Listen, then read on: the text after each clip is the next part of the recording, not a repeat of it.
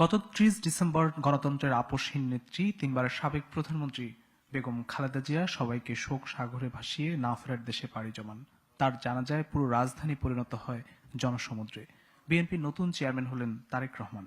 ত্রয়োদশ নির্বাচনের যাচাই বাছাই শেষ, প্রচার প্রচারণা শুরু ২২ জানুয়ারি থেকে। ভোটকে সামনে রেখে কতটা প্রস্তুত নির্বাচন কমিশন ও প্রার্থীরা?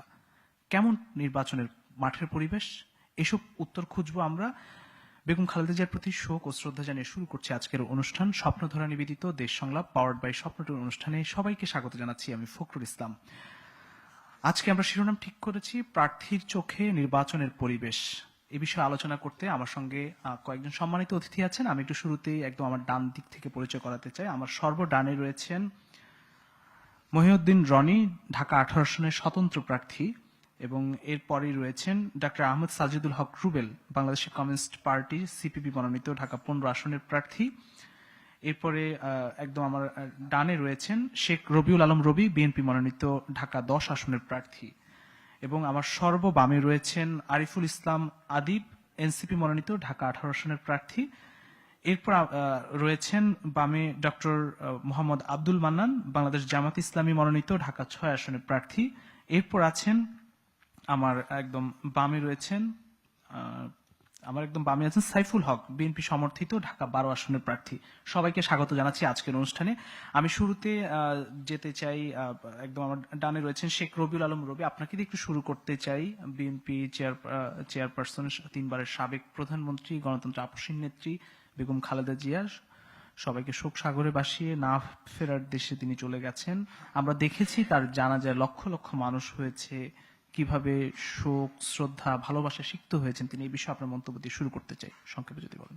ধন্যবাদ আপনাকে। ধন্যবাদ সহ আলোচক যারা আছেন অন করে নিন। এবং এই মুহূর্তে যারা দেশ টিভির সাথে যুক্ত আছেন সবাইকে শুভেচ্ছা।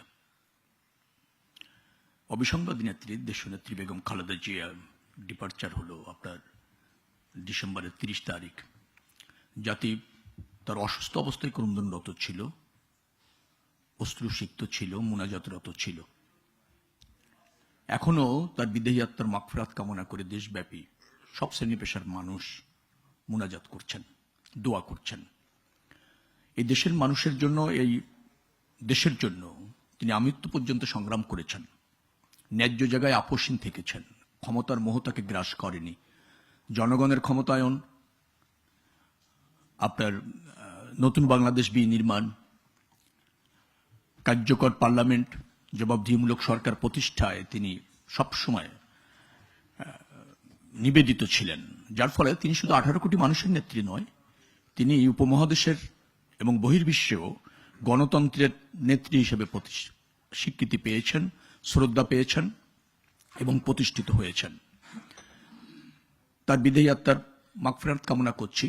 তার অসমাপ্ত কাজ এদেশে সব রাজনৈতিক দল, শুধু বিএনপি নয়, আগামী নির্বাচনে অংশগ্রহণ করে এবং নির্বাচনের ফলাফলের ভিত্তিতে একটা জবাবদিহিমূলক সরকার প্রতিষ্ঠা করবার ক্ষেত্রে অথবা জনগণের সরকার প্রতিষ্ঠা করবার ক্ষেত্রে বেগম খালেদা জিয়ার যে ডিজায়ারটা ছিল সে ব্যাপারে আমরা সবাই মনোযোগী থাকব এবং সে ব্যাপারে আমরা সবাই কর্ম গ্রহণ করব।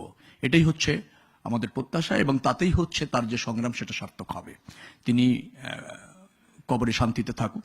পুনরুত্থান দিবসে আল্লাহ তার সহায় হোক এবং মহাহিসাব দিবসে মহান আল্লাহ রাব্বুল আলামিন দেশনেত্রী বেগম খালেদা জিয়াকে জান্নাতুল ফেরদৌস নসিব করুক।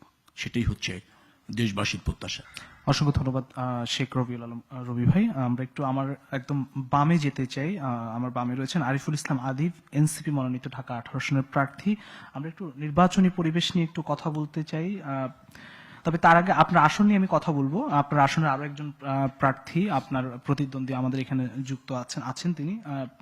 আমরা একটু আপনার দলের এনসিপির একজন নেতা বলেছেন, হাসনাত আব্দুল্লাহ, তিনি বলছেন যে নির্বাচন প্রশাসন একটি দলের দিকে ঝুঁকে পড়েছে। তিনি আসলে কোন দলকে মিন করেছেন?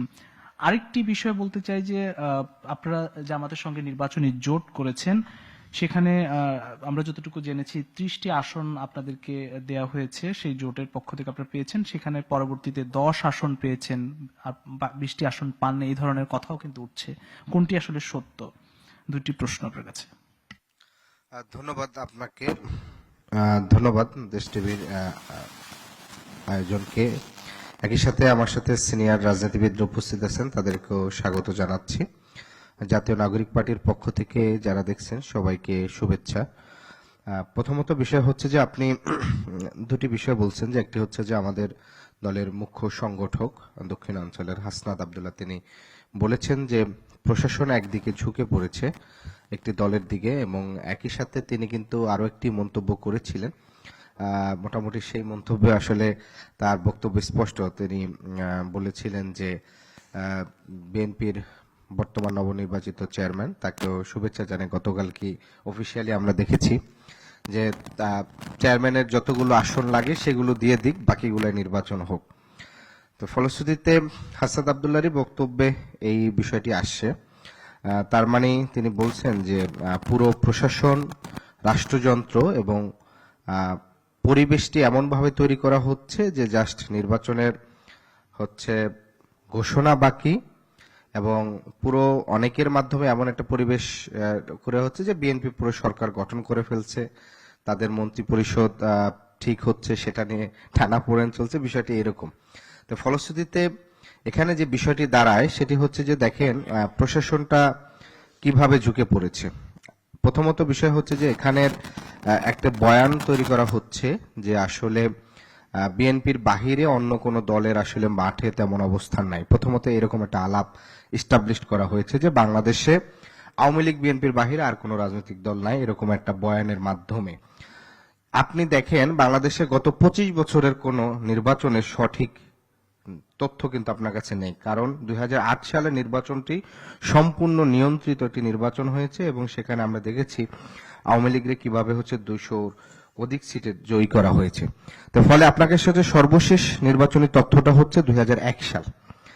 গত 25 বছরে বাংলাদেশের নির্বাচনের কোনো সঠিক তথ্য নেই। দ্বিতীয়ত হচ্ছে এখন যে 12 কোটি 76 লক্ষ ভোটার, তার ভিতরে 40% প্রায় তরুণ ভোটার, এবং এই তরুণ ভোটাররা শুধু ভোটার নয়, তারা আরো 40% ভোটারকে প্রভাবিত করার ভোটার। কারণ একজন তরুণ তিনি সামাজিক যোগাযোগ মাধ্যমের মাধ্যমে তার প্রচার প্রচারণা করেন, একই সাথে তিনি যে দলকে সমর্থন করেন তার পক্ষে বয়ান উৎপাদন করেন, এবং তার পরিবারেও আরো যে দুটি ভোট থাকে সেটিও কিন্তু তিনি প্রভাবিত করার চেষ্টা করেন। ফলে তরুণরা কিন্তু এবার ভোটারের সবচেয়ে বড় ডিসাইডিং ফ্যাক্টর হবে। তো ফলে আমরা যেভাবে পূর্বের মানে গতানুগতিক চিন্তা ধরে যে বিএনপি 30%, আওয়ামী লীগ 30% ভোট, এবং সেই আওয়ামী লীগের ভোটের জন্য পুরো হাহাকার, যেই বয়ানটা এস্টাবলিশ করা হয় সেই বয়ানটা আসলে সেভাবে নেই। প্রশাসন কিভাবে ঝুঁকে পড়েছে এটার খুব সুস্পষ্টভাবে উদাহরণ দেখবেন। খুব সম্ভবত ঝিনাইদহ জেলাটা আমার এক্সাক্ট মনে নেই, নির্বাচন কমিশনের রুমে, মনোনয়ন যাচাই বাছাই রুমে বিএনপির প্রার্থী, একজন স্বতন্ত্র প্রার্থী, তিনিও সম্ভবত বিএনপির বিদ্রোহী বা এরকম হবেন, তাকে ধাক্কা দিয়ে মনোনয়ন মানে যাচাই বাছাই রুম থেকে ধাক্কা দিয়ে বের করে দিচ্ছেন। অর্থাৎ একজন বিএনপির প্রার্থী, তিনি চিন্তা করতেছেন তিনি এমপি হয়ে গেছেন, এই যেই লোকটা এখন বসে আছে মনোনয়ন যাচাই বাছাই, সে তাকে আগামী 33 দিন পরে তাকে সার ডাকতে বাধ্য হবে। ফলে তিনি মনস্তাত্ত্বিক ভাবে সেখানে বল প্রয়োগ করছেন, আইনের তোয়াক্কা করছেন। এটা হচ্ছে একেবারে অন ক্যামেরা, এবং হচ্ছে যে আপনার যেখানে যাচাই বাছাই হচ্ছে সেখানে, তাহলে যেখানে ক্যামেরা নেই 200টার উপরে প্রায় 150টার মতন কেন্দ্রে ভোট হবে, সেখানে ওই প্রার্থীর কর্মীরা কি আচরণ করবেন সেটা কিন্তু স্পষ্ট। আমরা দেখেছি যে ঋণ খেলাপির জায়গায় প্রায় অনেকের বাতিল হয়েছে 81 জন, কিন্তু আবার ঋণ খেলাপি থাকা সত্ত্বেও 30 জনের মনোনয়ন ঠিক হয়েছে। 30 জনের ভিতরে 15 জনই হচ্ছে বিএনপির প্রার্থী, বাকি যে 15 জন সেখানে খুঁজলে দেখা যাচ্ছে স্বতন্ত্র বিএনপির আরো 4-5 জন পাওয়া যেতে পারে, যদিও সঠিক তথ্যটা এই মুহূর্তে এক্সাক্ট বলতে পারতেছি না। তাহলে এই যে মনোনয়ন যাচাই বাছাই পর্বেই কিন্তু আপনার দেখা গেছে যে এখানে কি পরিমাণ প্রশাসনের বেশ কিছু জায়গায় একপাক্ষিক আচরণ করেছে। আপনি মনোনয়ন যেখানে যাচাই বাছাই হয়েছে সেখানে যখন বিএনপির প্রার্থীর মনোনয়ন বৈধ ঘোষণা করছে, পুলিশ সাথে সাথে তালি দিছে। এই যে পুলিশের মনস্তত্ত্ব তালি দেওয়া, যেদিন তারেক রহমান দেশে আসছেন আমরা অনেক পুলিশ অফিসারকে দেখেছি, মানে তার এরিয়ার আশেপাশে যারা করছেন তারা নিজেরা সেলফি তুলে সামাজিক যোগাযোগ মাধ্যমে তার প্রকাশ করা, উচ্ছ্বাস প্রকাশ করা। আমরা প্রায় 2টা গুরুত্বপূর্ণ মন্ত্রণালয় দেখেছিলাম উপসচিব লেভেলের, তারা হচ্ছে রাস্তায় দাঁড়িয়ে হচ্ছে তাকে অভ্যর্থনা জানানোর জন্য সেখানে গিয়েছে এবং সেটা সামাজিক যোগাযোগ মাধ্যমে প্রচার করেছেন। এবং এই যে পুরো স্টেটের প্রোটোকলে যেভাবে হচ্ছে তাকে দেওয়া হচ্ছে, অর্থাৎ তিনি অলরেডি প্রধানমন্ত্রী হয়ে গেছেন, জাস্ট ঘোষণাটা বাকি। এবং সেক্ষেত্রে আমার কাছে মনে হয় এখানে হয়তো অন্যভাবে বলা লাগছে যে ডক্টর ইউনূসকে বিএনপির সিনিয়র ভাইস চেয়ারম্যানের যে পোস্ট ফাঁকা আছে সেখানে তাকে প্রয়োজনে হয়তো চিন্তা ভাবনা করতে পারে বিএনপি। তো এই জায়গা থেকেই স্পষ্ট যে এরকম একটি পরিবেশ যখন তৈরি করা হয় নির্বাচনের পূর্বে, তখন স্বাভাবিকভাবে ভোটারদেরকে নানাভাবে প্রভাবিত করা হয়। আরেকটা গুরুত্বপূর্ণ, মিডিয়ার মাধ্যমে যে জিনিসটি হচ্ছে যে পুরো জরিপ রেডি করা হচ্ছে, প্রশ্ন হচ্ছে যে আপনি এবার ক্ষমতা কি আসবে, তো স্বাভাবিকভাবেই যে বিএনপি যদি ক্ষমতা আসবে, যে ক্ষমতায় আসবে তার মানে সে যে বিএনপিকে ভোট দেবে বিষয়টি এরকম না। এই যে 70%, 74% লোক বিএনপি ক্ষমতায় দেখতে চান, ক্ষমতায় আসবেন চিন্তা করা এক জিনিস, কিন্তু ভোট কাকে দিবে এই যে প্রশ্নের মাধ্যমে বিএনপি করে তোলা যে আপনি ক্ষমতায় আসবেন কি, বিএনপি আসবে কিনা, প্রশ্নটা করা উচিত ছিল যে কার আসা উচিত। তাহলে ওই ভোটার তার হচ্ছে মাথা খাটায় তিনি প্রশ্নের অ্যান্সারটা দিতেন যে হ্যাঁ এরা আসলে দেশের এই সমস্যা বেড়ে হবে। আপনি যখন করেন এটা মনস্তত্ত্ব তৈরি করে যে বিএনপি ক্ষমতা আসছে, যার পর আমরা কলামের মাধ্যমে দেখি যেহেতু বিএনপির প্রতি একটা এক ধরনের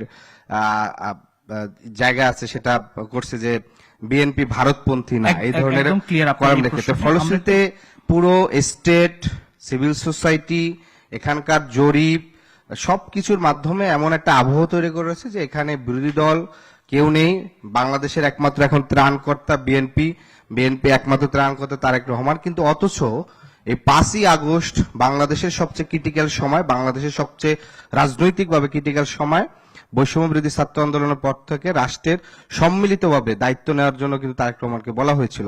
তখন কিন্তু অর্থনৈতিক বিবেচনা করে, আইন শৃঙ্খলার পরিস্থিতি বিবেচনা করে, সংকটে আমরা দেখেছিলাম তিনি কিন্তু পিছু হটেছেন। সেই সময় সবচেয়ে গুরুত্বপূর্ণ সংকটটা তিনি সিভিল সোসাইটি এবং ছাত্রদের কাঁধে তুলে দিয়েছেন। তো এখন যখন একটা ধন্যবাদ। আমি- পরিবেশ পরিস্থিতি নিয়ন্ত্রণ আসছে, তখন পুরো তাকে দায়িত্ব নেওয়ার জন্য বলা হচ্ছে আর কি। ধন্যবাদ। আমি আসবো আপনার কাছে।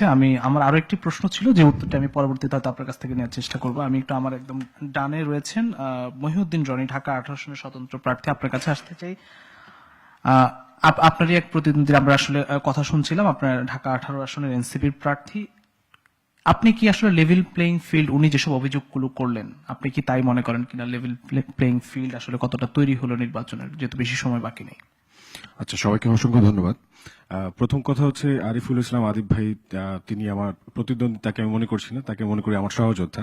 আমাদের এই যে দেখেন ভারতীয় আধিপত্যবাদ, হ্যাঁ একসাথে প্রোগ্রাম করে আসছি, ভারতীয় আধিপত্যবাদ মুক্ত ইনসাফের বাংলাদেশ প্রতিষ্ঠার যে স্বপ্নদ্রষ্টা এই প্রজন্মের আমাদের মহান বিপ্লবী নেতা শহীদ ওসমান হাদি, হ্যাঁ, তিনি যে আজকে তার বিচারহীনতা অলমোস্ট 29 দিন, হ্যাঁ, তো এর মধ্যে এখন পর্যন্ত মানে ভোটারদের মনে এমন একটা সূক্ষ্ম ভাবে তাদের মনস্তত্ত্ব তৈরি করে ফেলা হয়েছে যে কোনো প্রার্থী যদি একা থাকে তাহলে তার অবস্থা হাদির মতো হবে।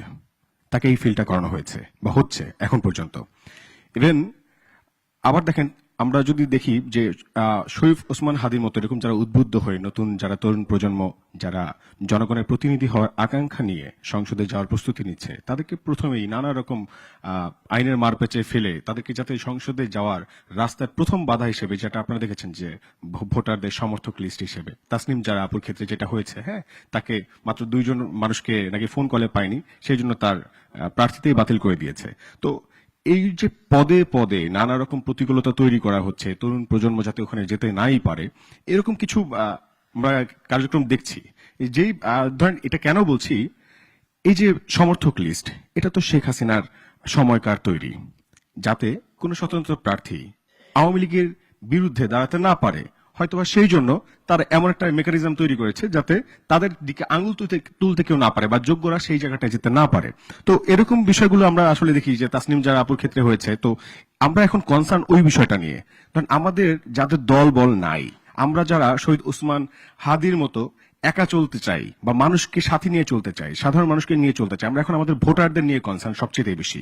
কেননা তারা ভোট কেন্দ্রে ঠিক মতো যেতে পারবে কিনা, বা নাকি ভোট কেন্দ্রে যাওয়ার আগেই এমন কোনো অনাকাঙ্ক্ষিত পরিস্থিতি ঘটাবে যেটার জন্য ভোটাররা নিরুৎসাহিত হবে। এবং যেটা একসময় দেখেছি যে ভোটাররা দীর্ঘ বছর প্রায় এই ফ্যাসিস্ট আমলটায় তারা ভোটই দেয় নাই। হ্যাঁ, দীর্ঘ বছর ভোট দেয় নাই, যার কারণে এখন তারা যে ভোট দিতে যাবে, এখনো যদি আবার সেই অনাকাঙ্ক্ষিত পরিস্থিতি ঘটতে পারে এমনটা ভেবে তারা যদি ভোট কেন্দ্রেই না যায়, তাহলে ভোটটা আসলে দিবে কে? এরকম প্রশ্ন তৈরি হয়। তো আমাদের কাছে মনে হয় যে এখন মানুষকে আশ্বস্ত করা, সবার আগে আশ্বস্ত করা জরুরি যে আপনি নির্বিঘ্নে আপনি ভোট কেন্দ্রে যাবেন, ভোট দিবেন, এবং মানুষকে আশ্বস্ত করা জরুরি যে যত যাই হোক আমরা ইউনাইটেড আছি, আমাদের রাষ্ট্র শক্তিশালী আছে, এবং আমরা রাষ্ট্রের পক্ষ থেকে সেভাবে দায়িত্ব নিচ্ছি। কিন্তু আসলে আমরা আমাদের যিনি স্বরাষ্ট্র উপদেষ্টা, তো আমরা আসলে তার কাছ থেকে ওরকম কোনো আশ্বাসও তো পাচ্ছি না, বা আমাদের টোটাল ইন্টারিম গভর্নমেন্টের কাছ থেকে ওরকম কোনো আশ্বাস পাচ্ছি না। তো আমরা দেখা যাচ্ছে যে একটু মনের অবস্থা আমাদের খুবই খারাপ, এবং আমরা কিছুটা নিরুৎসাহিত হয়েছি কিছু কিছু জায়গায়। তবে আমরা এখনো আশাবাদী, আমরা বিশ্বাস রাখি যে আমরা বিশ্বাস করি যে জনতা সবচেয়ে বেশি গুরুত্বপূর্ণ ক্ষমতার চাইতেও। জনতা যদি চায়, জনতা যদি এক হয়, তাহলে যে কোনো পরিস্থিতি মোকাবেলা করা সম্ভব। কেন নিরুৎসাহিত হচ্ছেন? এই যে এত কিছু বলার পরে যদি বলেন কেন নিরুৎসাহিত হচ্ছে, এটা তো সবচেয়ে গুরুত্বপূর্ণ বিষয়। যে দেখেন, শহীদ ওসমান হাদির বিচারটা এখন পর্যন্ত ইন্ডিয়ান গভর্নমেন্ট করতে পারলো না। তো আরেকটা প্রার্থী, ধরেন আল্লাহ না করুক, আমার কথা আমি বলি, ধরেন আমি আবার গুলি খেলাম, গুলি খাওয়ার পর মানুষ তো এরকম কয়েকদিন হচ্ছে রাস্তায় দাঁড়িয়ে চিৎকার করবে, স্লোগান তুলবে, আওয়াজ তুলবে, কিন্তু বিচার পাবে না। বিচার পাবে না, তো সবাই ধারণা করে নেবে যে এই দেশে কোনো বিচার নাই। তরুণরা সবাই লাইন বেঁধে তারা চলে যেতে চাইবে বিদেশে, যে এই দেশে আর থাকার দরকার নাই, সবাই পাসপোর্ট করো, ভিসা করো, আইএলস দাও, দেশের বাইরে চলে যাও। এই যে একটা টেন্ডেন্সি তৈরি করা হচ্ছে, এটা একটা যে মনস্তাত্ত্বিক যে ইম্প্যাক্ট দীর্ঘ বছর ধরে যেটা আওয়ামী লীগ করে এসেছিল, সেটা যদি এখন আবার এই জুলাই গণ অভ্যুত্থানে শহীদদের রক্তের উপর দিয়ে যে ইন্টারিম এসেছে, তারাও যদি ঠিক একই মেকানিজম ফলো করে, তাহলে তো এটা আমাদের জন্য সবচেয়ে বেশি হতাশার।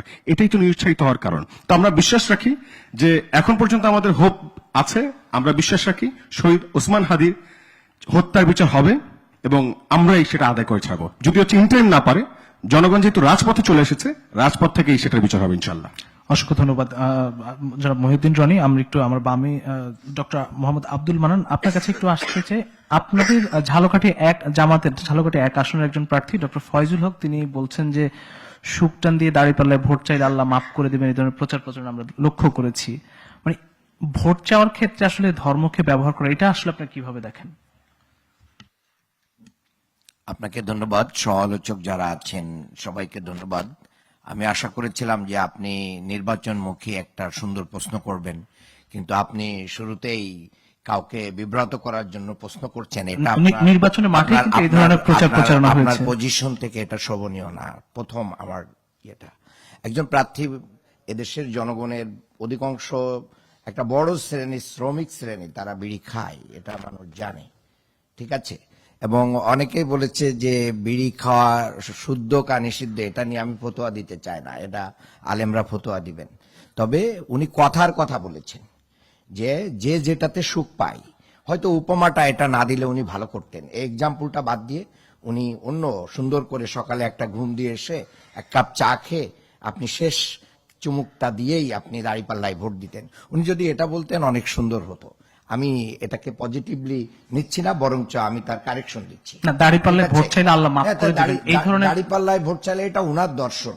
আল্লাহ মাফ করে দেবেন। দাঁড়িপাল্লা ইনসাফের প্রতীক। দাঁড়িপাল্লার যারা তাদের এম এবং অবজেক্টিভ আছে, তারা কোন ধরনের বাংলাদেশ গড়তে চায়, সেই জায়গায় থেকে তার বিশ্বাস যে এখানে দিলে আমরা দেশের কল্যাণ পাবো, আমরা সঠিক বিচার পাবো, ন্যায় বিচার পাবো, এই সত্যের পক্ষে থাকবো। এইটার কারণেই উনি বলেছেন যে আল্লাহ মাফ করে দিতে পারেন, মাফ করবেন এটা কিন্তু বলেন নাই। আর দ্বিতীয় হচ্ছে যে আপনি এতক্ষণ যে লেভেল প্লেইং ফিল্ড, প্রার্থীর চোখে নির্বাচন দেখছেন, আমি আজকে যে জায়গাটা আপনার এখানে এসেছিলাম আগে একদিন, সেখানে এখানে যে আদিব বসে আছেন, এখানে শরীফ উসমান বিন হাদির জন্য একবারে লেখা একটা তার সিটটা ছিল, ওই দিন খালি ছিল। পরের দিনই এখানে সেই টকশোটা ছিল। আমি আজকে তার আত্মার মাগফিরাত কামনা করছি, তাকে স্মরণ করছি, এবং তার অবাস্তবায়িত কাজ আমরা দেশের সকল জনগণকে নিয়েই করার চেষ্টা করবো ইনশাল্লাহ। নতুন প্রজন্ম সেটাই ভাবে। আপনার আসনে লেভেল Level- প্লেইং ফিল্ড আসলে কতটা দেখছেন? শুধু আমার আসনে না, বাংলাদেশের নির্বাচন কমিশনের যে পক্ষপাতিত্বটা আছে এটা অনেকের বক্তব্য থেকে চলে আসছে। আপনি দেখছেন যে হাসনাত আব্দুল্লাহর আসনে যাকে রিটার্নিং কর্মকর্তা বৈধ করেছে সে ঋণ খেলাপি ছিল। ঠিক এরকম বহু ঋণ খেলাপি লোক তারা তথ্য গোপন করেছে, কিন্তু যে সমস্ত ব্যাংক এবং সংস্থার কাছে তারা খেলাপি হয়েছে তারা যথাযথভাবে সেটার উত্তর দেয় না এবং ব্যবস্থা নেয় নাই, আর রিটার্নিং কর্মকর্তারা এগুলোকে স্কিপ করে চলে গিয়েছেন। এটা মোটেই সুন্দর হয়নি। আপনি যদি ইয়ের কথা ভাবেন, আমাদের কক্সবাজারের কথা ভাবেন, আমাদের কেন্দ্রীয় সহকারী সেক্রেটারি জেনারেল সাবেক এমপি হামিদুর রহমান আজাদ, তার একটা মামলা হাইকোর্টে সুপ্রিম কোর্টে পেন্ডিং আপিল থাকা অবস্থায় তাকে মানে বাতিল করে দেওয়া হয়েছে। এটা ইন্টেনশনালি করে দেওয়া হয়েছে। আপনি যদি কুড়িগ্রামে আমাদের ব্যারিস্টার মাহবুব আলম সালেহী, তাকে বলা হয়েছে দ্বৈত নাগরিকত্বের কারণে তার মনোনয়নপত্র বাতিল করা হয়েছে, অথবা একই ইয়েতে সিলেট এলাকায় কয়েকজন বিএনপি প্রার্থীর মনোনয়নপত্র বৈধ হয়েছে। তাহলে একই মানে ইয়েতে আপনি দুই ধরনের আচরণ করতে পারেন না। এবং হামিদুর রহমান আজাদ ভাইয়ের মনোনয়নপত্র বাতিল হওয়াতে ওখানে প্রশাসনের লোকরা হাততালি দিয়েছে। এই প্রশাসন কিভাবে একটা সুষ্ঠু নির্বাচন করবে, এটা তো আমাদের কাছে গ্রহণযোগ্য না। তাহের ভাইয়ের নেতৃত্বে নির্বাচন কমিশনে আমাদের একটি প্রতিনিধি দল গিয়েছেন। তারা সেখানে যে নির্বাচন কমিশনকে অবহিত করেছেন যে রিফারির আসনে বসে পক্ষপাতিত্ব করার কোনো সুযোগ নেই, এখানে সবার জন্য সমান ফিল্ড তৈরি করতে হবে। আমরা এখন আশাবাদী যে নির্বাচন কমিশন সেদিকেই হাঁটবে। যদি নির্বাচন কমিশনের পক্ষপাতিত্ব এবং অন্তর্বর্তী সরকারের কোনো পক্ষপাতিত্বের কারণে বাংলাদেশের এই নির্বাচন ব্যবস্থা যদি ব্যাহত হয় এবং জনগণ যদি গণতন্ত্রের পথ থেকে ছিটকে পড়ে, তাহলে তার পরবর্তী দায়িত্ব কিন্তু এই নির্বাচন কমিশন এবং অন্তর্বর্তী সরকারকে নিতে হবে। আরেকটি কথা আমি বলতে চাই, শুধু ঢাকা শহর না, সারা বাংলাদেশে এই নির্বাচন কমিশনের উদ্যোগে প্রশাসনের অস্ত্র উদ্ধার এবং সন্ত্রাসীদের গ্রেপ্তার চলতেছে। কতগুলো অস্ত্র উদ্ধার হয়েছে আমরা জানতে চাই। এবং অস্ত্র উদ্ধার হচ্ছে না, কিন্তু ঠিকই মুসাব্বির হত্যা হয়ে যাচ্ছে। একজন যুবদলের নেতা, যুবদল না স্বেচ্ছাসেবক দল, স্বেচ্ছাসেবক দলের একজন নেতা, সম্ভাবনাময় একজন তরুণ, তাকে হত্যা করা হচ্ছে। অথচ আমরা নাকি অস্ত্র খুঁজে পাচ্ছি না, আমরা সন্ত্রাসী খুঁজে পাচ্ছি না। দুর্ভাগ্যজনক। এটা প্রতিটা রন্ধ্রে রন্ধ্রে, এবং প্রশাসন জানে। আমি আমার নির্বাচনী এলাকা ঢাকা 6, সেখানে পুরান ঢাকায় এরকম বহু সন্ত্রাসী গোষ্ঠী আছে। এই সন্ত্রাসী গোষ্ঠীর কাউকেই গ্রেপ্তার করা হয় নাই, তাদের থেকে কোনো অস্ত্র উদ্ধার করা হয় নাই। এবং 5ই আগস্টে যে পরিমাণ অস্ত্র খোয়া গিয়েছে তার কত পার্সেন্ট উদ্ধার হয়েছে? এর যদি মানে 10% অস্ত্র যদি জনগণ আজকে নিয়ে, আওয়ামী বিরোধী শক্তি যারা এই নির্বাচনকে ভণ্ডুল করে দিতে চায়, যারা আমাদের দেশে গণতন্ত্র তাদের ছাড়া নির্বাচন হবে না এরকম স্লোগান দিতে চায়, তাহলে সেটা ঠেকানোর জন্য সরকারের কোনো ব্যবস্থা নাই। আর কিছু কিছু মানে সংস্থা এখন ভুয়া জরিপ দেখিয়ে এক ধরনের পক্ষপাতিত্বমূলক জরিপ করে জনগণের দৃষ্টিটাকে নিয়ে যেতে চাচ্ছে যে অলরেডি ওনারা ক্ষমতায় চলে গেছেন। আমি খুব স্পষ্টভাবে বলতে চাই যে দেশের প্রয়োজনে, জনগণের প্রয়োজনে, আমাদের ভালোবাসায় সিক্ত জনাব তারেক রহমান সাহেব, উনি বিএনপির চেয়ারপারসনের যে চেয়ার এটা অলংকৃত করেছেন, আমরা সাধুবাদ জানাই, আমরা তাকে শুভেচ্ছা অভিনন্দন জানাই।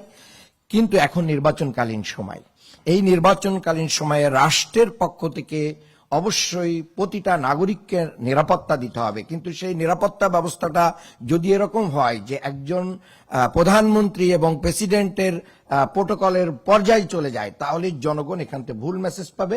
আমরা মনে করি এটা দল থেকেও এ জাতীয় ব্যবস্থা নেওয়া দরকার তার নিরাপত্তার জন্য। সেখানে সরকারি ব্যবস্থাকে কতটা গ্রহণ করা উচিত সেটা সহনীয় মাত্রায় থাকা উচিত।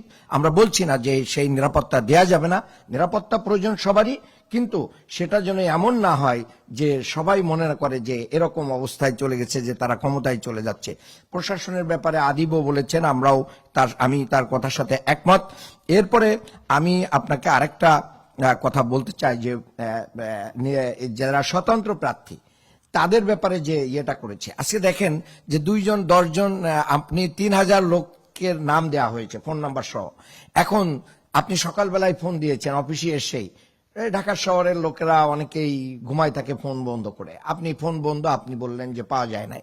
অথবা আমি যখন নির্বাচন কমিশনে যখন ভোটার হয়েছিলাম, তখন আমার ভোটার হওয়াটা কি ছিল, একটা নাম্বার দেওয়া ছিল, পরবর্তীতে আমি এটা চেঞ্জ করেছি, ওই নাম্বারটা এখন চালু নাই। আপনি এখন বলছেন যে তাকে পাওয়া যাচ্ছে না। তা আপনি তার বাড়ি পর্যন্ত যেতে পারতেন, তার ঠিকানা ইউজ করতে পারতেন, তার সাথে দেখা করার ব্যবস্থা করতে। এটা তো ওনারা যেহেতু সবার সাথে যান নাই, 2-1জনকে টেস্ট করেছেন, তাহলে 10 জনকে টেস্ট করে যদি 6 জনকে পাওয়া যায়, তাহলে মেজরিটি যেহেতু পাওয়া গিয়েছে, তাহলে এটাকে সত্য ধরে ওকে করা দরকার ছিল। এটা ফ্যাসিস্টের মতন আচরণ হচ্ছে এবং কোন কোন জায়গায় মানে জোর করে স্বতন্ত্র প্রার্থীদেরকে কি করা হচ্ছে। আমি মনে করি এটা গণতন্ত্রের জন্য একটা অশনি সংকেত। যে কেউ এখানে কি হতে পারে। ফ্যাসিস্ট বিরোধী যারাই আমরা ঐক্যবদ্ধ বাংলাদেশের জন্য জীবন দিয়েছি, রক্ত দিয়েছি, তারা যে কেউ এই নির্বাচনে প্রার্থী হতে পারে। অথচ ফ্যাসিস্টের পক্ষের অনেককে কি করা হচ্ছে, সেখানে প্রমোট করা হচ্ছে, অথচ মানে সাধারণ কাউকে তার মানে ভয়েস রেস করার সুযোগ দেওয়া হচ্ছে না। এটা আমি মনে করি দুর্ভাগ্যজনক।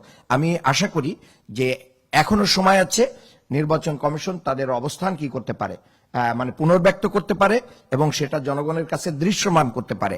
আরেকটা কথা যে ফেস্টুন, বিলবোর্ড, এগুলো যখন থেকে নির্বাচন কমিশন নিষিদ্ধ করেছে, আমি দেখলাম যে অনেক পরে আমার আসনে ঢাকা 6 ইঞ্জিনিয়ার ইশরাক, তিনি প্রার্থী, তাদের লোকজনরা মানে অনেক পরে এসে, যখন রিজভী ভাই ম্যাডাম জিয়ার দাফনের অনেক পরে এসে যখন বললেন যে আমরা সব সরিয়ে ফেলবো, তারপরে এসে এটা সরানোর উদ্যোগ হয়েছে। অথচ তার 1 সপ্তাহ 1.5 সপ্তাহ আগে থেকেই কিন্তু এটা সরানোর কথা ছিল।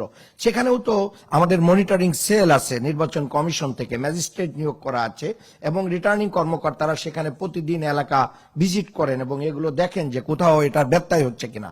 তাই ওনাদের চোখে রাস্তার মোড়ে মোড়ে এরকম বড় বড় বিলবোর্ড চোখে পড়ে নাই। এটা দুর্ভাগ্যজনক। অসংখ্য ধন্যবাদ ডক্টর মোহাম্মদ আব্দুল মান্নান। আমি একটু আমার ডানে যেতে চাই। ডক্টর আহমেদ সাজিদুল হক রুবেল, আপনার কাছে একটু আসতে চাই। আপনি কমিউনিস্ট পার্টি মনোনীত ঢাকা 15 আসনের প্রার্থী। আপনার এলাকায় আসলে কোনো ধরনের নির্বাচনী কোনো পরিবেশে ব্যত্যয় দেখেন কিনা? অনেকগুলো অভিযোগ আসছে নির্বাচন কমিশনের প্রতি, লেভেল প্লেইং ফিল্ড নেই, ধরনের অনেকগুলো অভিযোগ আমাদের আরো কয়েকজন আলোচকও বললেন। আপনিও কি একমত কিনা? ধন্যবাদ। লেভেল প্লেইং ফিল্ড আছে কি নাই, এই ব্যাপারটা এখন আমরা যারা আলাপ করছি, তো আমরা কিছু কিছু উদাহরণ দিতে পারছি এখানে। তবে আমি মনে করি এটা দেখবার বা এটা ব্যাপারে চূড়ান্ত কথা বলবার সময় এখনো আসে নাই। এখন পর্যন্ত যা দেখেছি তার উপরে আমার একটা বিশ্লেষণ আর কি। নির্বাচন তো শুরু হওয়ার কথা, প্রচারণা শুরু হওয়ার কথা জানুয়ারির 22 তারিখ থেকে। 1 নম্বর, আসলে নির্বাচনের প্রচারণা সর্বোচ্চটুকু বা ব্যাপক অঙ্কের টাকা কিন্তু নির্বাচনের প্রচারণা শুরু হওয়ার আগেই শেষ হয়ে গেছে, খরচ হয়ে গেছে। আপনি যদি শুধু ঢাকা শহরে আপনি ফেস্টুন লাগাইছিলেন, আবার খুলে ফেলছেন, আপনি বিলবোর্ড লাগিয়েছিলেন, আবার খুলে ফেলেছেন, আপনি ডিজিটাল বিলবোর্ড ব্যবহার করেছেন, এখন ব্যবহার করছেন না। কিন্তু দেখা গেল সাপোজ আমার আসনে 3,33,000 ভোটারের এগেনস্টে আমাদের খরচের সিলিংটা হচ্ছে ধরেন 33 লক্ষ বা 35 লক্ষ টাকা। কিন্তু আমি ঢাকা 15 আসনে যারা হচ্ছে মানে দৃশ্যত জায়ান্ট প্রার্থী আর কি বলে যাদেরকে পরিচয় করে দেওয়া হয়, তো তাদের উভয়ের খরচ দেখেছি। উভয়ের খরচ আমাদের হিসাব, আমাদের কর্মীদের হিসাব হচ্ছে যে ভাই এটা তো হচ্ছে এই 25 সালের মাঝামাঝি অবস্থাতেই তো এটা 1/2 কোটি উভয় ছাড়িয়ে গেছিল আর কি। তো এত টাকা ছাড়াই দেওয়ার পর এখন আর কি হিসাব নিকাশ আসবে মাত্র 33 লক্ষ টাকা সিলিং। হ্যাঁ, 33 লক্ষ বা 35 লক্ষ টাকা এখন আমার বাজেট। এই ব্যাপারটা হচ্ছে একটু দেখবার বিষয় রয়েছে।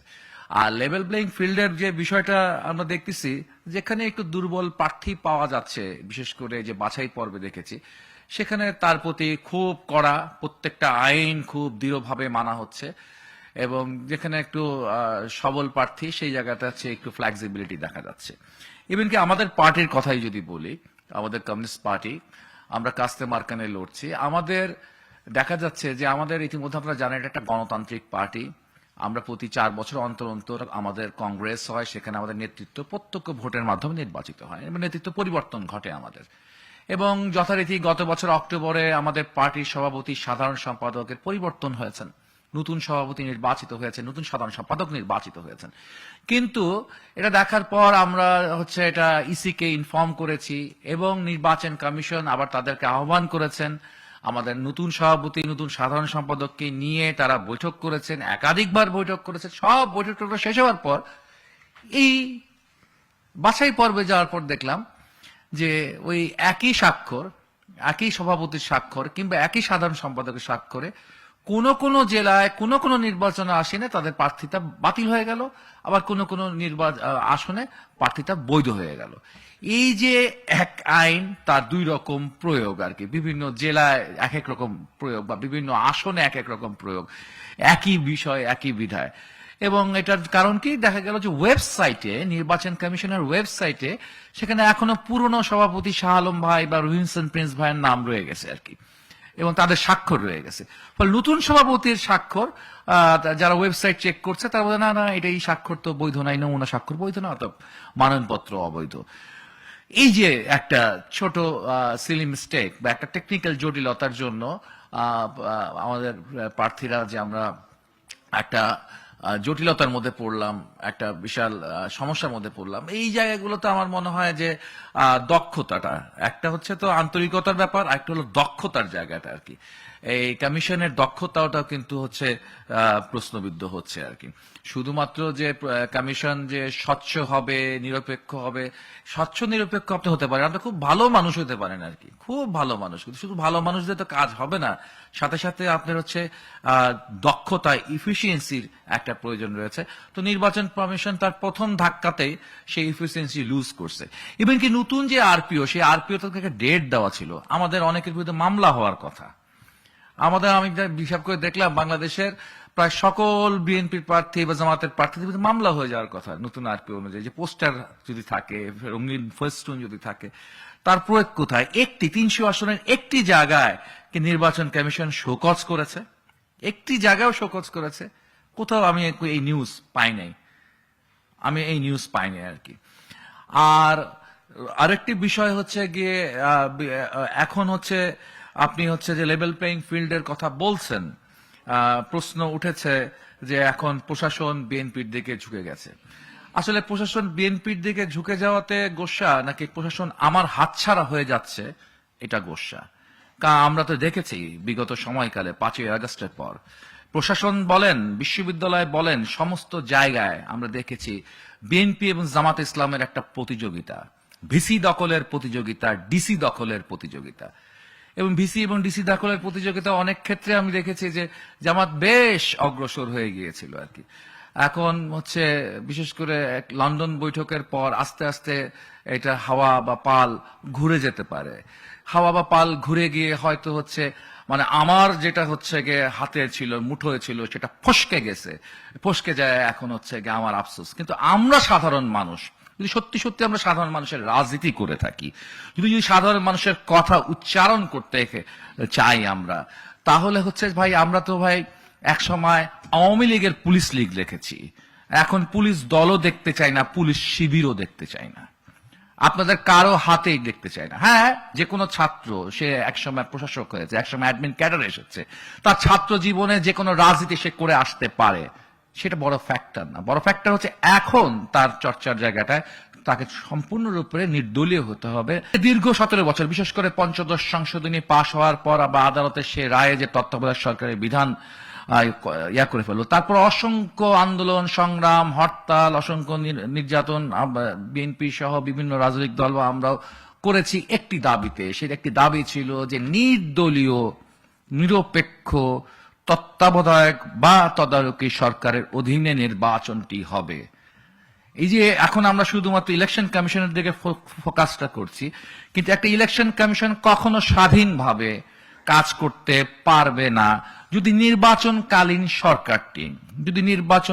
সরকারটি সেই বিষয়টিকে হচ্ছে করতে না দেয়।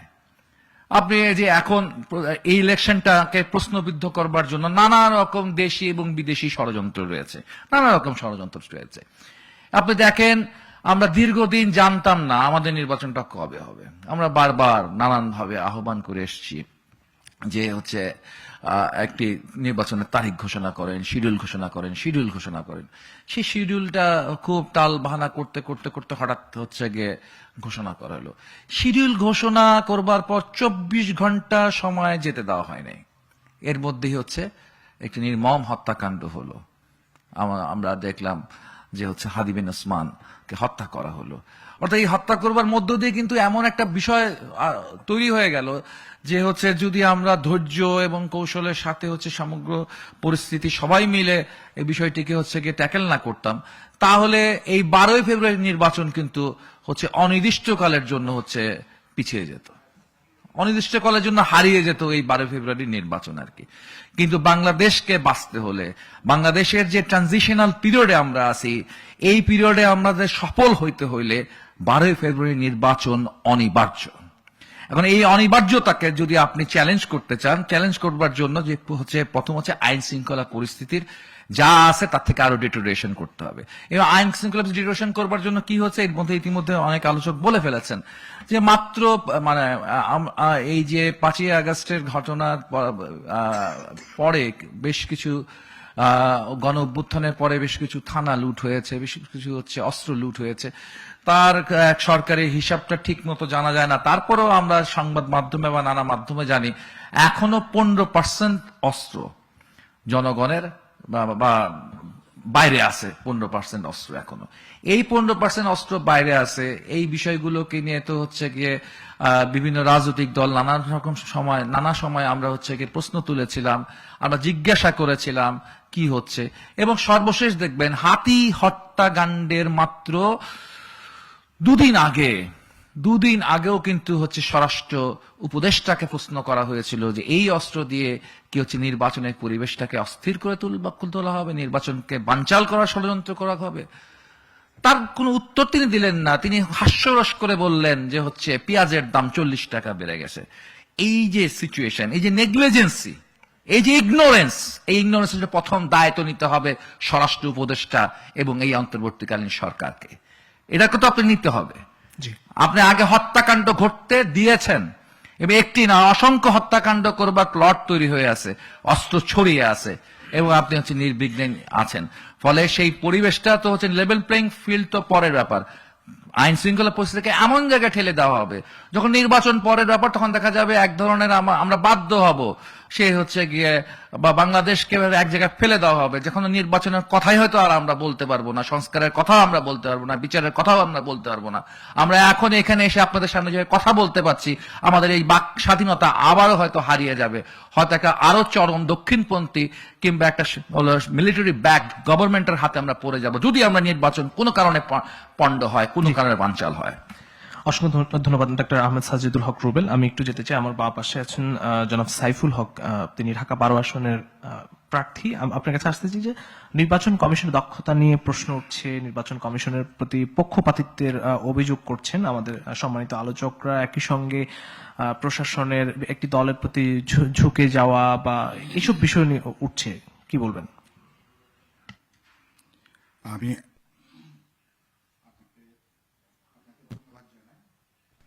সাউন্ডটা ঠিক আছে? আপনাকে ধন্যবাদ জানাই। এখানে ঢাকার বিভিন্ন আসনের আমাদের সংগ্রামী প্রার্থী যারা আজকের এই আপনার আলোচনা অংশ নিচ্ছেন, আমি তাদেরকে শুভেচ্ছা জানাই। আমি শুরুতেই আমাদের বিশেষ করে বেগম খালেদা জিয়া, যিনি গত 30 তারিখে তিনি শেষ নিঃশ্বাস ত্যাগ করেছেন এবং বলতে পারেন দেশবাসীকে প্রায়, যেটা আপনি উল্লেখ করছিলেন যে শোকের সাগরে ভাসিয়ে, আমি তার সংগ্রামী জীবনের প্রতি শ্রদ্ধা জানাই। একই সাথে আমি শরীফ ওসমান হাদি, যিনি ঢাকা 8 আসনের যিনি প্রার্থী ছিলেন এবং তাকে যেভাবে গুলি করে হত্যা করা হয়েছে, আমি নিন্দা জানাই, প্রতিবাদ জানাই এবং তারও সংগ্রামী স্মৃতির প্রতি আমি গভীর শ্রদ্ধা জ্ঞাপন করি।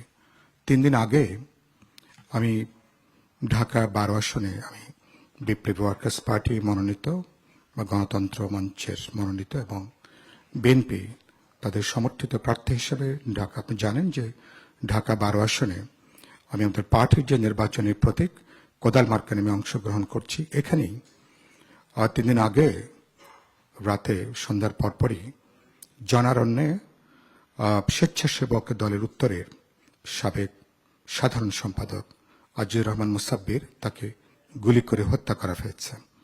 আরেকজন তিনি আহত হয়েছেন, চিকিৎসাধীন আছেন। আমি প্রথমত ঘটনার তীব্র নিন্দা জানাই, প্রতিবাদ জানাই। এখনো পর্যন্ত খুনি ঘাতকরা গ্রেপ্তার হয়নি। আমি ঢাকা মেডিকেল কলেজে ছুটে গেছি, তারপরে তার জানাজায় শরিক হয়েছে। গতকাল আমি এবং বিএনপির স্ট্যান্ডিং কমিটির সদস্য সালাউদ্দিন আহমেদ আমরা তার পরিবারের কাছে গিয়েছিলাম শোক এবং সমবেদনা জানানোর জন্য। তাদের প্রতি আমাদের সমমর্মিতা। যেটা আপনি বলছিলেন যে সরকারের যে পরিস্থিতি, আমি বরাবরই মনে করি যে এখন নির্বাচন, ইতিমধ্যে একটা নির্বাচনের মোডে দেশ প্রবেশ করেছে। 17 বছর ধরে আমরা এই ধরনের পরিবেশের জন্য আমরা অপেক্ষা করছিলাম, কিন্তু এখনো পর্যন্ত এটা আমি প্রায় 1 বছর ধরে কথাটা বলে আসছি। প্রথমত সরকারের নিরপেক্ষতা অনেক আগে থেকেই প্রশ্নবিদ্ধ, এটা ইতিমধ্যে আলোচনা এসছেন, এবং বিএনপি, জামাত, এনসিপি পরস্পর সম্পর্কে তারা বলে আসছিলেন কারা কতখানি সরকারকে নিয়ন্ত্রণ করছেন তারা, এবং তারা উপদেষ্টা মণ্ডলীরও বিভিন্ন সদস্যের ব্যাপারে তারা তালিকা দিয়েছিলেন কাদেরকে তারা পক্ষপাতদুষ্ট মনে করেন। প্রত্যেকেই, এনসিপি যেমন দিয়েছেন, জামাত ইসলামী দিয়েছেন, বিএনপিও দিয়েছেন। কিন্তু এ ব্যাপারে আমরা সরকারের তাৎক্ষণিক বা পরবর্তীকালে তেমন কোনো উদ্যোগ বাস্তবে আমরা লক্ষ্য করিনি। সরকারের নিরপেক্ষতা শুরু থেকেই প্রশ্নবিদ্ধ। এটা কোনো বিতর্কের বিষয় না। এটা যে কোনো সাধারণ মানুষ যার কাণ্ডজ্ঞান আছে, সরকারের চলা, মতি, গতি, বলা, এগুলো দেখলে যে কেউ এটা বুঝতে পারেন। তারপরও আমি নিজে প্রফেসর ইউনুসকে কথাটা বলেছিলাম যে আপনারা নিরপেক্ষতার পরীক্ষায় আপনারা পাশ করতে পারছেন না, কিন্তু একই সাথে আমরা মাঝে নদীতে আমরা মাঝিও বদলাতে চাই না। তাহলে কি করতে হবে? তাহলে আপনাকে নিরপেক্ষতার পরীক্ষায় আপনাকে পাশ করতে হবে। যেটা এখানে আলোচনা হলো, সমস্ত দল, প্রার্থী যারা আছেন তাদের সবার জন্য সমান সুযোগ, সমান গণতান্ত্রিক পরিসর, গণতান্ত্রিক যে স্পেস, সেটা নিশ্চিত করতে হবে। একই কথা আমি নির্বাচন কমিশনকেও আমি কথাটা বহুবার তাদেরকেও আমরা বলেছি।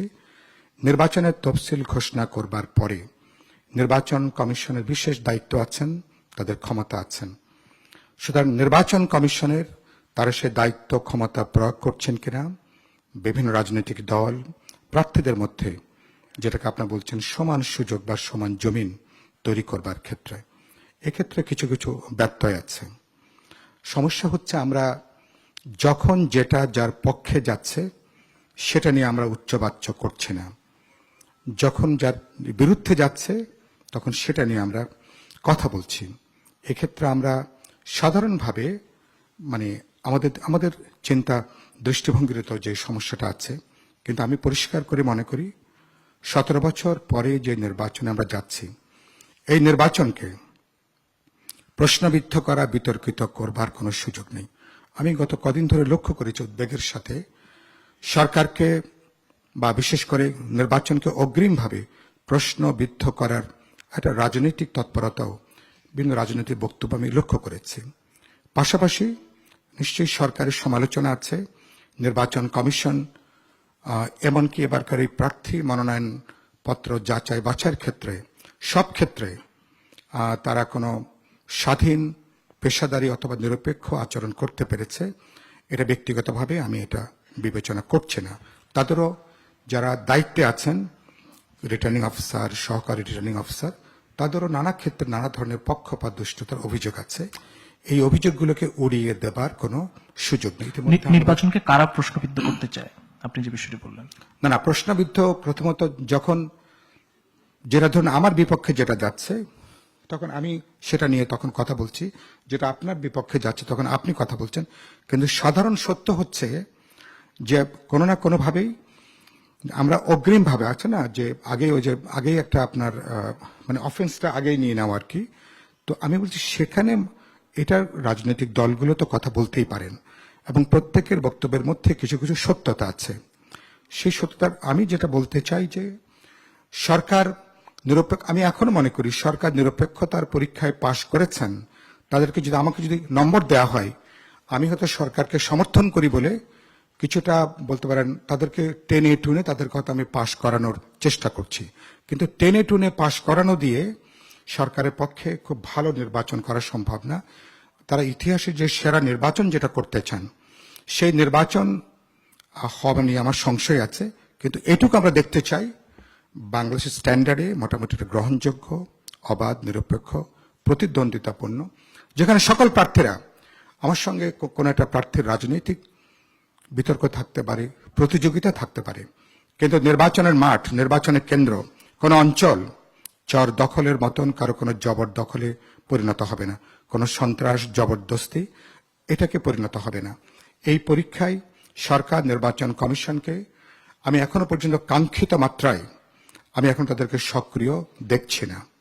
আমি কথাটা প্রায় প্রতিদিনই কথাটা বলছি। আমার আসনে, ঢাকা 12 আসনে যেভাবে বা আজিজুর রহমান মোসাব্বিরকে হত্যা করা হয়েছে, সিসিটিভিতে তার চেহারাটা বেরিয়ে এসছে। সকল গণমাধ্যম এই চেহারাগুলো তারা কিন্তু প্রকাশ করেছেন। আমাদের পুলিশ, আমাদের গোয়েন্দা সংস্থা, ল এনফোর্সিং এজেন্সির এখন অনেক সক্ষমতা, তাদের কাছে মডার্ন যেসব ডিভাইস আছেন, তারা তাদের কিন্তু আইনের আওতায় কিন্তু আনতে পারতেন, কিন্তু এখনো পর্যন্ত আমি দেখছি না। ফলে কি হচ্ছে, প্রার্থীদের মধ্যে একটা, আমার এখানে যে বন্ধুরা আছেন, প্রার্থীদের মধ্যে একজন উদ্বেগ আছে, ভোটারদের মধ্যে শঙ্কা তৈরি হচ্ছে, এমনকি ভোট কেন্দ্রের নিরাপত্তা নিয়েও কিন্তু উদ্বেগ এবং উৎকণ্ঠার জায়গাটা কিন্তু আছে। এবং আগামীতে এ ধরনের ঘটনা যদি আরো যদি ঘটতে থাকে, তাহলে তো নির্বাচন নিয়ে প্রশ্ন উঠবে, অস্থিতিশীলতার জায়গা তৈরি হবে। পেছন থেকে কেউ কেউ গোটা নির্বাচনকে তারা এটাকে বানচাল করবার কোনো দূরবর্তী প্রকল্প আছে কিনা, এগুলো নিশ্চয়ই সরকারি গোয়েন্দা সংস্থা এগুলোকে তারা বিবেচনা করবেন। আরেকটা কথা উল্লেখ করতে চাই, যেটা ইতিমধ্যে আমাদের দুই একজন বন্ধু কথাটা তারা এখানে উল্লেখ করলেন, অবৈধ অস্ত্র। আমি আমার সমগ্র নির্বাচনী রাজনৈতিক জীবনে দেখে এসেছি, নির্বাচনের আগে অবৈধ অস্ত্র উদ্ধার করবার জন্য একটা কম্বিং অপারেশন করা হয়। এখন অপারেশন ডেভিল হান্টের নাকি দ্বিতীয় পর্যায়ে চলছে। এখন অপারেশন ডেভিল হান্টের এখন 2 পর্যায়ে চলছে, সেকেন্ড ফেজ চলছে। কিন্তু এটার, আমি কালকেও বলেছি, এটার কোনো দৃশ্যমান কার্যকারী কোনো উদ্যোগ এখনো দেখছি না। অপারেশন ডেভিল হান্টের দ্বিতীয় পর্যায়ে কত অবৈধ অস্ত্র উদ্ধার হয়েছে তার তালিকা দেখা দরকার। এখনো পর্যন্ত আমি দেখছি যে অস্ত্রবাস্ত্রা অনেক ক্ষেত্রে তারা কিন্তু ঘুরে বেড়াচ্ছেন। এমনকি ইলেকশনের আগে আপনি নিশ্চয়ই জানেন, গণমাধ্যমের মানুষ হিসেবে অনেক বৈধ অস্ত্র থানায় জমা নেওয়া হয়। কারণটা কি, যেসব অস্ত্র ভোটারদেরকে ভয় দেখানোর জন্য বা হুমকি দেওয়ার জন্য ব্যবহৃত হতে পারে, এরকম আশঙ্কা কাজ করলে বৈধ অস্ত্র কিন্তু থানায় জমা নেওয়া হয়। কিন্তু এবার অবৈধ অস্ত্র এখনো দৃশ্যমান অগ্রগতি নেই সেটা উদ্ধার করার ব্যাপারে।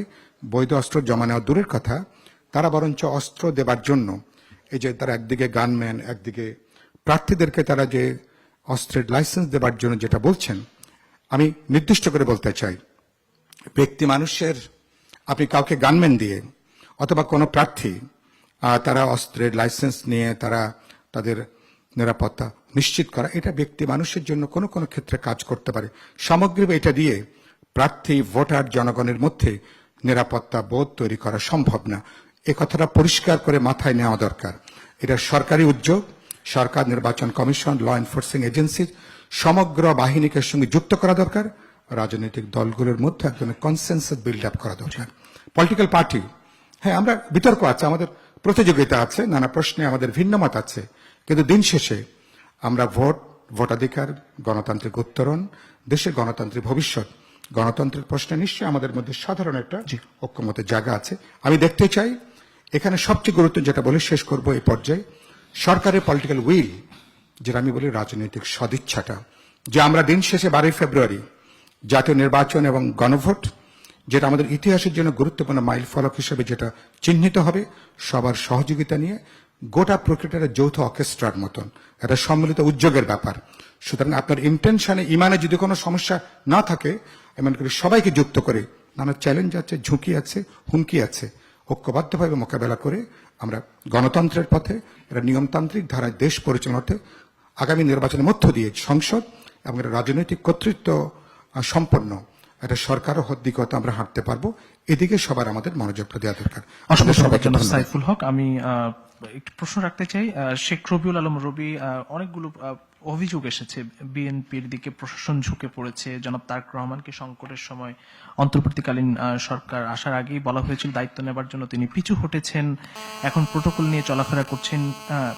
এইসব অভিযোগগুলো একই সঙ্গে নির্বাচন কমিশনের প্রতি পক্ষপাতিত্বের অভিযোগ উঠছে। আপনি কি তাই মনে করেন কিনা? তিনটি প্রশ্ন, আমি একটি বিরতি থেকে এসে আপনার উত্তরটি নিতে চাই।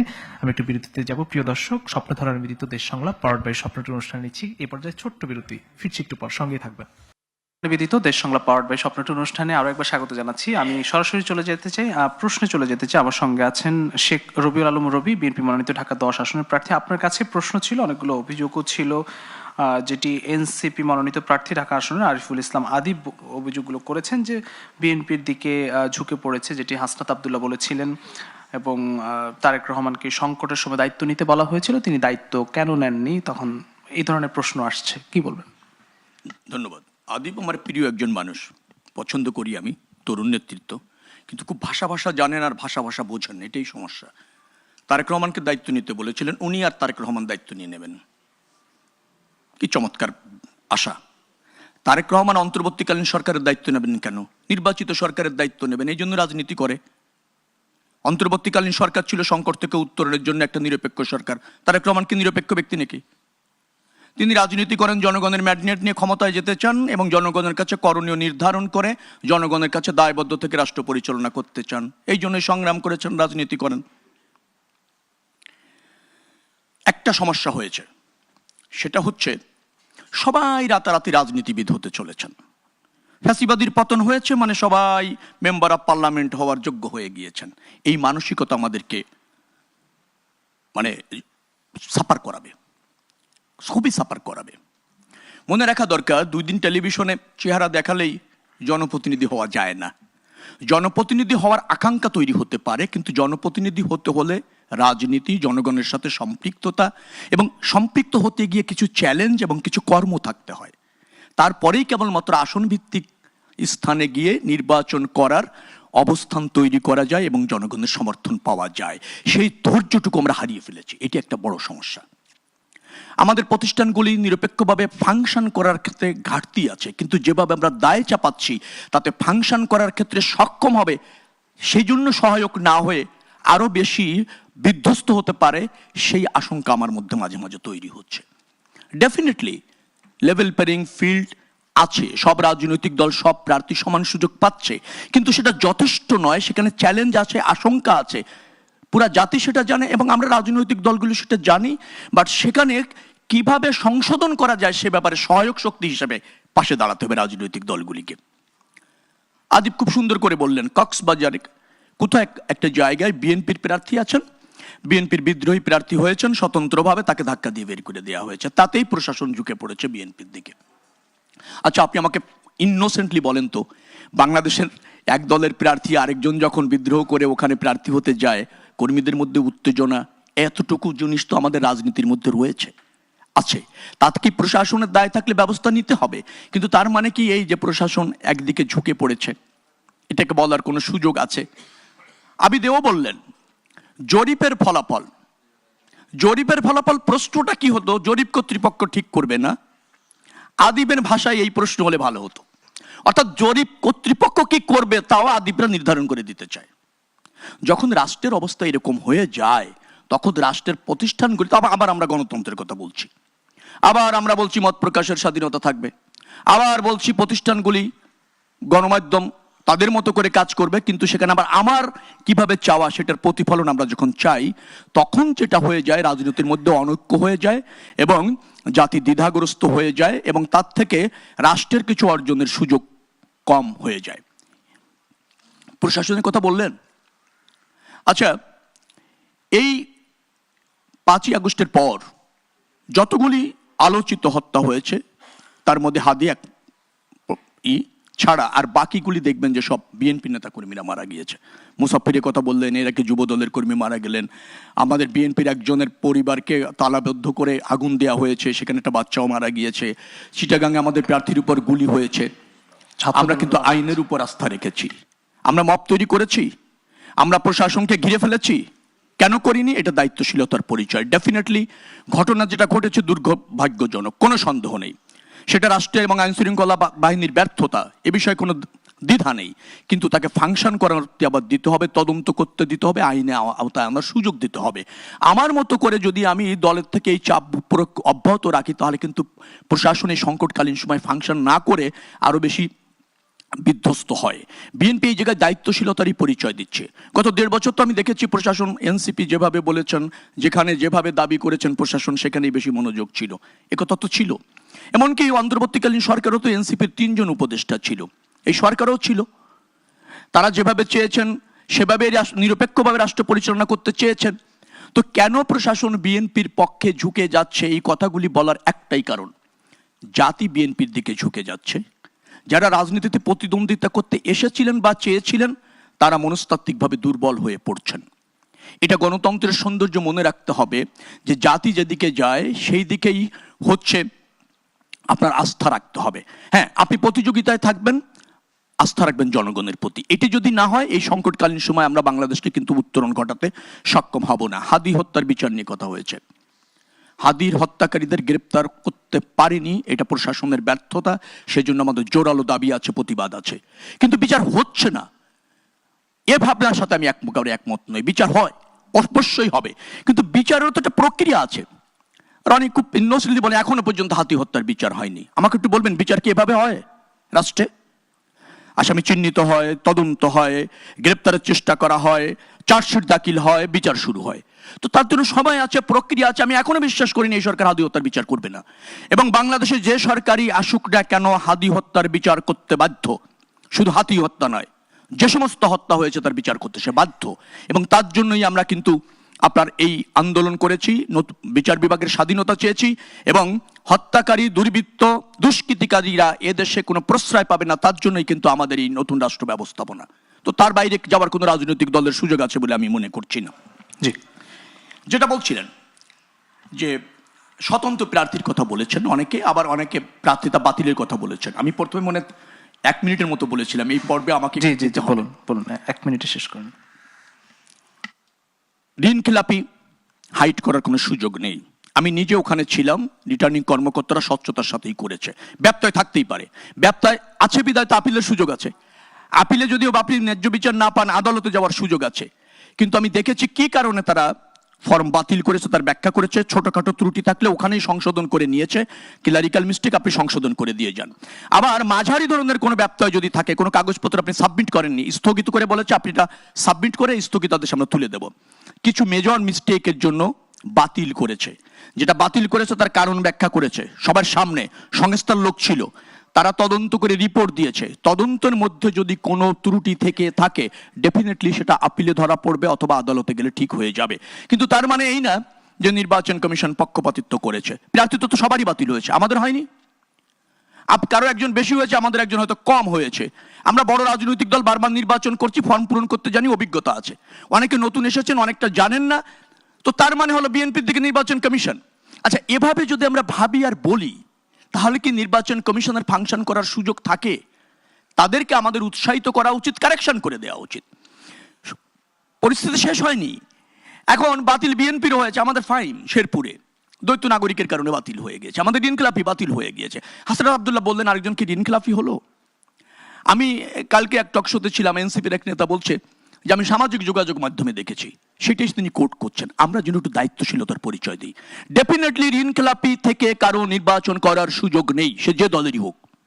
এখন মেসেজটা হয়তো একভাবে যাচ্ছে, সাবমিশনের সময় বাতিল অথবা ধরেন গ্রহণের সময় একটা উত্তেজনা থাকে, যার যার মতো করে আমরা ভাবছি।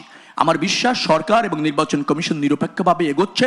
রাজনৈতিক দলগুলি সহযোগিতা করলেই ব্যত্যয়, বিচ্যুতি, অনিয়ম, সন্দেহ যতটুকু আছে দূর করা সম্ভব হবে। ভালো নির্বাচন করতে হলে দায়িত্বশীলতার পরিচয় দিতে হবে। আর রাতারাতি রাজনীতিবিদ হওয়া যায় না, ধৈর্য রাখতে হবে, জনগণের আস্থা অর্জন করতে হবে, রাষ্ট্রের ব্যবস্থাপনা সংস্কার করতে হবে, কিন্তু আস্থা রাখতে হবে। জি। আপনি নির্বাচন কমিশন লন্ডন থেকে আনতে পারবেন না, আইন শৃঙ্খলা রক্ষাকারী বাহিনী আমেরিকা থেকে আনতে পারবেন না। যা আছে তার মধ্যে স্বচ্ছ, দক্ষ, নিরপেক্ষ ভাবে তাদেরকে ফাংশন করাতে হবে এবং সেখানে রাজনৈতিক দলের দায়িত্বশীলতার পরিচয় দিলেই সম্ভব হবে। নির্বাচনের আগে আমরা যদি অনাকাঙ্ক্ষিতভাবে বিতর্কে জড়ায় যাই, নিশ্চয়ই জাতির সমূহ ক্ষতি হবে, পতিত ফ্যাসিবাদী উৎসাহিত হবে এবং তাদের যে অভিপ্রায় আছে সেটাই সার্থক হবে দিন শেষে।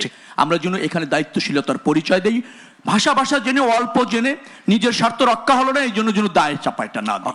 রাজনীতিবিদদের কাছে এই মুহূর্তে সেটা প্রত্যাশার না, অন্যান্য রাজনৈতিক দলের কাছেও আমার দল সহ প্রত্যাশা না। অসংখ্য ধন্যবাদ শেখ রবিউল আলম রবি। আমি একটু যেতে চাই জনাব আরিফুল ইসলাম আদিব, আপনার কাছে আসি। আপনার কাছে আগেই প্রশ্ন করেছিলাম যে আপনি এনসিপি মনোনীত প্রার্থী, এনসিপি যে আমাদের সঙ্গে যে জোটে গিয়েছে সেখানে আসলে 30টি আসন পেয়েছে নাকি 10টি আসন, এটি নিয়ে একটি বিতর্ক আছে। ধন্যবাদ আপনাকে। প্রথমত বিষয় হচ্ছে এটি কোনো বিতর্ক নেই, কারণ এনসিপি, জামাত এবং টোটাল 11 দলীয় যে রাজনৈতিক আলোচনা হয়েছে সেখানে এনসিপি সারা দেশে 46টি মনোনয়ন দাখিল করেছে, তার ভিতরে 44টি বৈধ হয়েছে এবং আমাদের প্রাথমিক এবং শেষ পর্যায়ের আলোচনা পর্যন্ত এখন পর্যন্ত যেটি আছে যে আমরা প্রত্যাশা করছি 30-এর অধিক আসন আমাদের এই রাজনৈতিক সমঝোতা সেটি থাকবে। বিতর্কটি কিভাবে কোন দিন সেটি এসেছে সেটি হচ্ছে যে আমরা দেখেছি যে একটি নিউজ করেছে যে 10টি দিতে চায়, সূত্র কি মানে হচ্ছে সোর্স কি, কারো কোনো বক্তব্য নাই, মানে সেটা জামাত ইসলামেরও কোনো দায়িত্বশীলের বক্তব্য নাই, এনসিপিরও কোনো বক্তব্য নাই। ফলে আমরা হাসিনার সময় দেখেছিলাম এই ধরনের নিউজ এজেন্সিগুলো করিয়ে জোটগুলোর মধ্যে নানা ধরনের অবিশ্বাস সংশয় তৈরি করা হয় এবং সেটারই একটা ধারাবাহিকতা চলছে।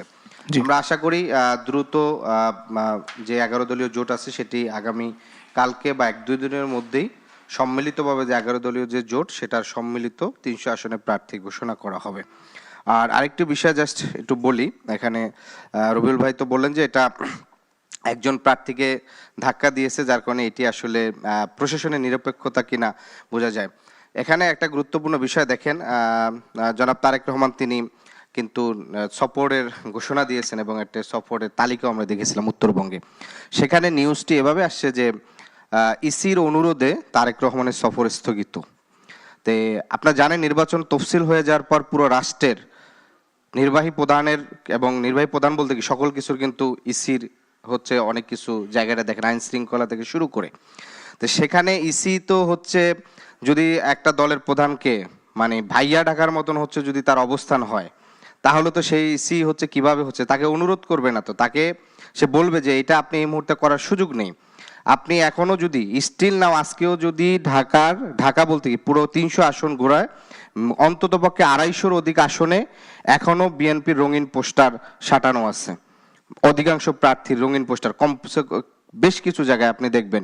তাহলে এই যে ধরেন পোস্টার বিএসি তো স্ব-উদ্যোগে হচ্ছে এই পোস্টার, রঙিন পোস্টার শুধু নামিয়ে ফেলে না, সাথে সাথে তাকে শোকজ করার কথা। শোকজ আমরা দেখেছি শুধু 3টি জায়গায় 4টি জায়গায় শোকজ হয়েছে। শেরপুরে জামাত বিএনপির 2জন প্রার্থীকে করেছে, আরেক জায়গায় বিএনপির একজন প্রার্থী করেছে। এরপরে আপনি দেখেন এই যে নির্বাচনী আচরণের সময় বিএনপির প্রার্থীদের, যেমন শেরপুরের বিএনপির প্রার্থী আপনার হচ্ছে একের সম্ভবত সানসাবিল বা এরকম, তিনি বলছেন যে আমার কাছে এখন ভোটের সময় চোর ডাকাত বাটপার কোনো আওয়ামী লীগ কোনো এটা কোনো বিষয় না, সবাইকে আমরা হচ্ছে ভোটে মানে তাদের প্রতি আমাদের সহমর্মিতা থাকবে। পটুয়াখালী 3 আসনে ধরেন যদিও তিনি দীর্ঘদিন বিএনপি করেছেন, এখন বিএনপি তাকে বহিষ্কার করেছে। এগুলা রাজনৈতিক কালচার আমরা দেখে থাকি যে জোট সঙ্গীদেরকে ডেকে এনে আবার হচ্ছে ধরেন আপনি হচ্ছে অপমান করা, নিজ দলের বিদ্রোহী প্রার্থী দেবে।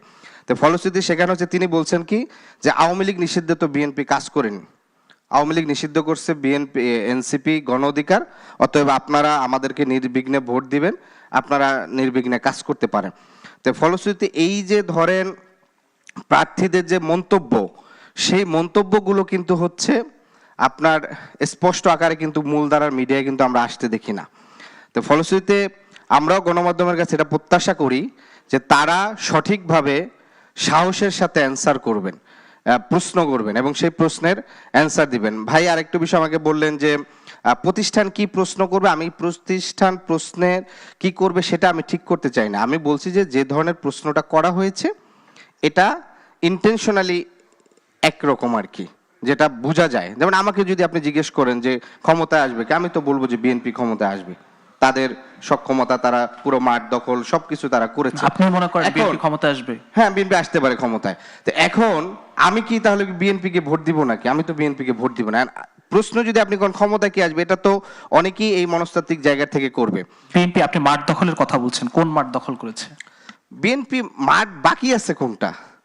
সব তো এখন একটু যদি specific না না, বলেন এখানে আর কি। প্রশাসনিক মাঠ আপনি বলেন, এখানকার আইন শৃঙ্খলার মাঠ বলেন, রাজনৈতিক মাঠ বলেন, সব মাঠই তো বিএনপির দখল। আপনি বিএনপির অধিকাংশ জায়গায় তো মিডিয়া দখল বলেন, মিডিয়ার স্পেসিফিক আমি যদি নাম ধরে বলি, অভ্যুত্থানের পর পর যেই বিএনপি সারা বছর এনসিপি কে একটি বড় বিজনেস গ্রুপের থেকে সুবিধা নেওয়ার অভিযোগ তুলছে, আমরা দেখেছি সেই বড় বিজনেস গ্রুপের 6টি মিডিয়ার টোটাল দায়িত্বে এখনো আছেন তারেক রহমানের সাথে যারা সংশ্লিষ্ট, তারা বিএনপির পেশাজীবী সংগঠনে তারা সেই বড় গ্রুপের মিডিয়াগুলোর দায়িত্ব নিচ্ছে।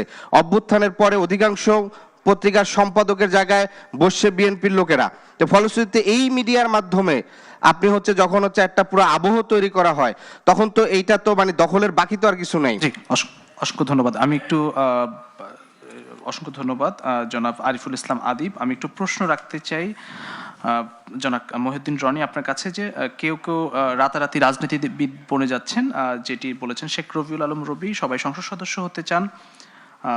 এই বিষয়ে আপনার মন্তব্য জানবো, তবে একটি বিরতি থেকে ফিরে এসে প্রিয় দর্শক, স্বপ্নধারা নিবেদিত দেশ সংলাপ পাওয়ার্ড বাই স্বপ্নটুর অনুষ্ঠানে নিচ্ছে আরো একটি ছোট্ট বিরতি। ফিরছি একটু পর, সঙ্গেই থাকবেন। স্বপ্নধারা নিবেদিত দেশ সংলাপ পাওয়ার্ড বাই স্বপ্নটুর অনুষ্ঠানে আরেকবার স্বাগত জানাচ্ছি। আমি সরাসরি আলোচনায় যেতে চাই। আমার সঙ্গে আছেন মহিউদ্দিন রনি। আপনার কাছে আমার প্রশ্ন ছিল যে যেটি শেখ রবিউল আলম রবি ভাই বলছেন যে সবাই খুব সহজেই সংসদ সদস্য হতে চায়, আসলে কি এতটা সহজ কিনা? আরেকটি বিষয় হচ্ছে যে নির্বাচনে এখন পর্যন্ত যেসব অসঙ্গতি দেখছেন, আমি যদি বলি যে এসবি কর্তৃক একটি রিপোর্ট প্রকাশ হয়েছিল, তারা তদন্ত করেছেন 43,000 ভোট কেন্দ্রের মধ্যে 67% ভোট কেন্দ্র ঝুঁকিপূর্ণ। সে বিষয়ে আসলে নির্বাচন কমিশনের উদ্যোগ আমরা কতটা দেখছি? শেষ কথা কি বলবেন? ওকে, প্রথম কথা মানে সম্মান রেখে রবি ভাইকে সম্মানের সাথে তার উত্তরটা তাকিয়ে দিই যে সবাই রাজনৈতিক নেতা হতে চায়। তিনি যেটা বললেন যে সবাই মেম্বার অফ পার্লামেন্ট হতে চায়, তো এটা কি আসলে ভুল বা অন্যায় মেম্বার অফ পার্লামেন্ট হতে চাওয়া? তো এই যে কথাটা উনি বললেন, বা না, তিনি বলেছেন যে সহজেই হতে চায় আর কি, fine, সবাই সহজেই হতে চাওয়া, যে এই যে ধরেন নেতা ছেলেই নেতা হবে, হ্যাঁ, যে রিক্সাওয়ালার ছেলে সে নেতা হওয়ার স্বপ্ন দেখবে না, এই যে ধারণাটা না, এই মনস্তাত্ত্বিক যে অবস্থানটা, এটা টোটালি একটা ফ্যাসিজমকে রিপ্রেজেন্ট করে। হ্যাঁ, সো আপনি এইভাবে তো আসলে বলে ফেলা যায় না সবাই মেম্বার অফ পার্লামেন্ট হতে চাওয়া। তো আমি এটাকে আসলে অন্যায় হিসেবে দেখি না, আমি এটা পজিটিভলি দেখি। এবং রবি ভাইকে এটা বলতে চাই যে ধরেন এই যে রবি ভাইয়ের কিন্তু একটা বিশাল জার্নি আছে, তার কথা কিন্তু লজিক আছে, যে সে হচ্ছে ওয়ার্ড থেকে শুরু করেছে, তার রাজনীতি ওয়ার্ড থেকে শুরু করেছে, তারপর হচ্ছে থানা, তারপর আজকে এখানে জাতীয় রাজনীতিতে তিনি আজকে এখানে মানুষের মানে তার দলকে রিপ্রেজেন্ট করছে। কিন্তু যদি আপনি এইটা একটু ভিন্ন অ্যাঙ্গেল থেকে দেখেন, তাহলে বলবো এই যে হাসনাত আব্দুল্লাহ, এই যে আরিফ ভাই, এই যে হাসনাত ভাই, এই সার্জিস ভাই, এই নাহিদ ভাই, তাসনিম, যারা আছে তরুণ, তো কিন্তু তারা না রাজনীতি শুরুটাই করেছে জাতীয় রাজনীতি থেকে। হ্যাঁ, আজকে জাতীয় রাজনীতি থেকে শুরু করেছে, কালকে আন্তর্জাতিক মহলে তারা পৌঁছে যাবে, বৈশ্বিক লিডার হবে। সো এটা হচ্ছে ডিপেন্ড করে বা ভ্যারি করে হচ্ছে যোগ্যতার উপরে। আল্লাহ কাকে কখন কোন যোগ্যতা দেয় তা তো বলা যায় না। তো তাদেরকে আসলে ওই যোগ্যতাটা দিয়েছেন, যার কারণে হচ্ছে তারা মেম্বার অফ পার্লামেন্ট হওয়ার স্বপ্ন দেখছে। এবং মেম্বার অফ পার্লামেন্ট হওয়া কি কেন হতে চায় এই জন্য তারা জনমানুষের কথা বলে, তারা জনমানুষকে রিপ্রেজেন্ট করে, মানুষের আকাঙ্ক্ষাটাকে তারা উপস্থাপন করে, যে মানুষের কষ্টটা কোথায় সেই কথাটা তারা বলে, মানুষের কি দরকার সেটা তারা বলে। তারা আসলে কোনো বিশেষ নির্দিষ্ট দলকে তো রিপ্রেজেন্ট করছে না। তারা দেখা যায় যে ধরেন হাসনাত আব্দুল্লাহ একটা দলের বর্তমানে হচ্ছে একজন নেতা, কিন্তু সে কিন্তু কথা বলছে একদম রুট লেভেলের, সেই গ্রামের কোন মানুষ, কোন চাচার বাড়িতে তার ঘরে খাবারটা নাই, ঠিক আছে, তার রিক্সা চালাইতে কতটুকু কষ্ট হয়, তার পকেটে টাকা আছে কিনা, সে হচ্ছে পকেটে হাত দিয়ে দেখে কয় টাকা কামাই করছেন সারাদিনে। এই যে লোকটা কথা বলতেছে, সে যে হচ্ছে একদম মনে করেন টোটালি জনমানুষের আকাঙ্ক্ষাটাকে রিপ্রেজেন্ট করছে। এই রিপ্রেজেন্ট করাটাকেই তো জনমানুষ চায়, যে মানুষ তার আকাঙ্ক্ষাটাকে মানে সংসদ দিকে তুলে ধরবে, তার কষ্টটা সংসদ দিকে বলবে ভাই আপনি বিএনপি করেন আর জামাত করেন, যাই করেন না কেন ভাই, আমাদের চালের দামটা যেন বাড়ে না, আমাদের জানমাল নিরাপত্তা যেন ঠিক মতো দেয়, এটা কিন্তু আপনারা বলবেন। এটা কিন্তু গ্রামের লোকেরা বলে বা শহরের লোকেরা বলে যে ভাই আমাদের রাস্তায় যে ট্রাফিক জ্যামটা ভাই, এটা যাতে একটা বাইপাস হয়, এই কথাটা আপনি যেন একটু সংসদে গিয়ে বলেন। এই কথাটা তো হচ্ছে মানে মানুষ এক্সপেক্ট করে। তো এই যে তরুণ যারা নেতা হতে চায় বা মেম্বার অফ পার্লামেন্ট হতে চায়, মানুষ আসলে তাদের কাছে এক্সপেক্ট করে যে তারা যেন পার্লামেন্টে গিয়ে এই কথাগুলো বলে। সো আমরা এটা আসলে খুব পজিটিভলি দেখছি। রবি ভাইকে বলবো যে আপনি আর একটা কথা বলেছেন যে মব করছি, আমরা মব করছি না, হাদি হত্যার বিচারে মব করছি না, আমরা মুসাব্বির হত্যার বিচারে মব করছি না। আচ্ছা, এই যে মব শব্দটা আপনারা ব্যবহার করছেন বারবার, এটাকে আসলে আমরা মব বলছি না, আমরা এটাকে বলছি জনস্রোত। এই জনস্রোতকে আপনারা আসলে মব বলছেন কিনা? যদি আপনারা এই জনস্রোতকে আপনারা মব বলে থাকেন, তাহলে আপনাদেরকে মনে রাখতে হবে এই জনস্রোতই বেগম খালেদা জিয়াকে জেল থেকে বের করে নিয়ে আসছে, এই জনস্রোতী তারেক রহমানকে দেশে ফিরিয়ে নিয়ে আসছে। তো এইটাকে যদি আপনি মব বলেন, তাহলে তো আপনার এই বাংলাদেশে বর্তমান যে বাংলাদেশ, নতুন বাংলাদেশ, এইটাকে আপনি হচ্ছে প্রত্যাখ্যান করলেন। হ্যাঁ, জনমানুষকে আপনি প্রত্যাখ্যান করলেন, তাদেরকে মব বলে আখ্যায়িত করলেন। আসলে আপনারা কাদেরকে রিপ্রেজেন্ট করতেছেন আমরা আসলে জানি না। তো আমরা আশা রাখবো যে আপনাদের যে জরাজীর্ণ বয়স্ক মানসিকতা, এটা থেকে একটু বের হয়ে যে তরুণ যে মানসিকতা, এইটাকে কোনো রকম যদি একটু ধারণ করা যায়, আমাদের দেশটা অনেক দূরে এগিয়ে যেতে পারে। আমাদের যে ধরেন আমাদের যে মহান বিপ্লবী নেতা শহীদ ওসমান হাদি, তার কথা যদি আমরা বলি, আমার মনে হয় যে এই যে বাংলাদেশের এত বড় মানে স্বাধীনতার পরে, মানে স্বাধীনতা যুদ্ধের পরে এত বড় একটা পিরিয়ড গেল, এই সময়ের মধ্যে শহীদ জিয়া রহমানকে যদি কোনো মানুষ মন থেকে ধারণ করে থাকে, তার অ্যাক্টিভিটিস ফলো করে থাকে এবং মানে ইমপ্লিমেন্ট করে থাকে, সেটা হচ্ছে শহীদ ওসমান হাদি। আপনাদের মনে আছে কিনা শহীদ জিয়া রহমান যেভাবে মানুষের কাছে হেঁটে হেঁটে মানুষের বাড়ি বাড়ি যেতেন, আমরা হাদি ভাইকে দেখেছি এরকম মানুষের দৌড়গোড়ায় যেতে, মানুষ যার কারণে হচ্ছে হাদি ভাইকে একসেপ্ট করেছে, আগ্রহ করেছে। আমরা জানি না আসলে মানে তার কোন রাজনীতির কথা বলছে। আর একটা কথা আপনি প্রশ্ন করেছিলেন যে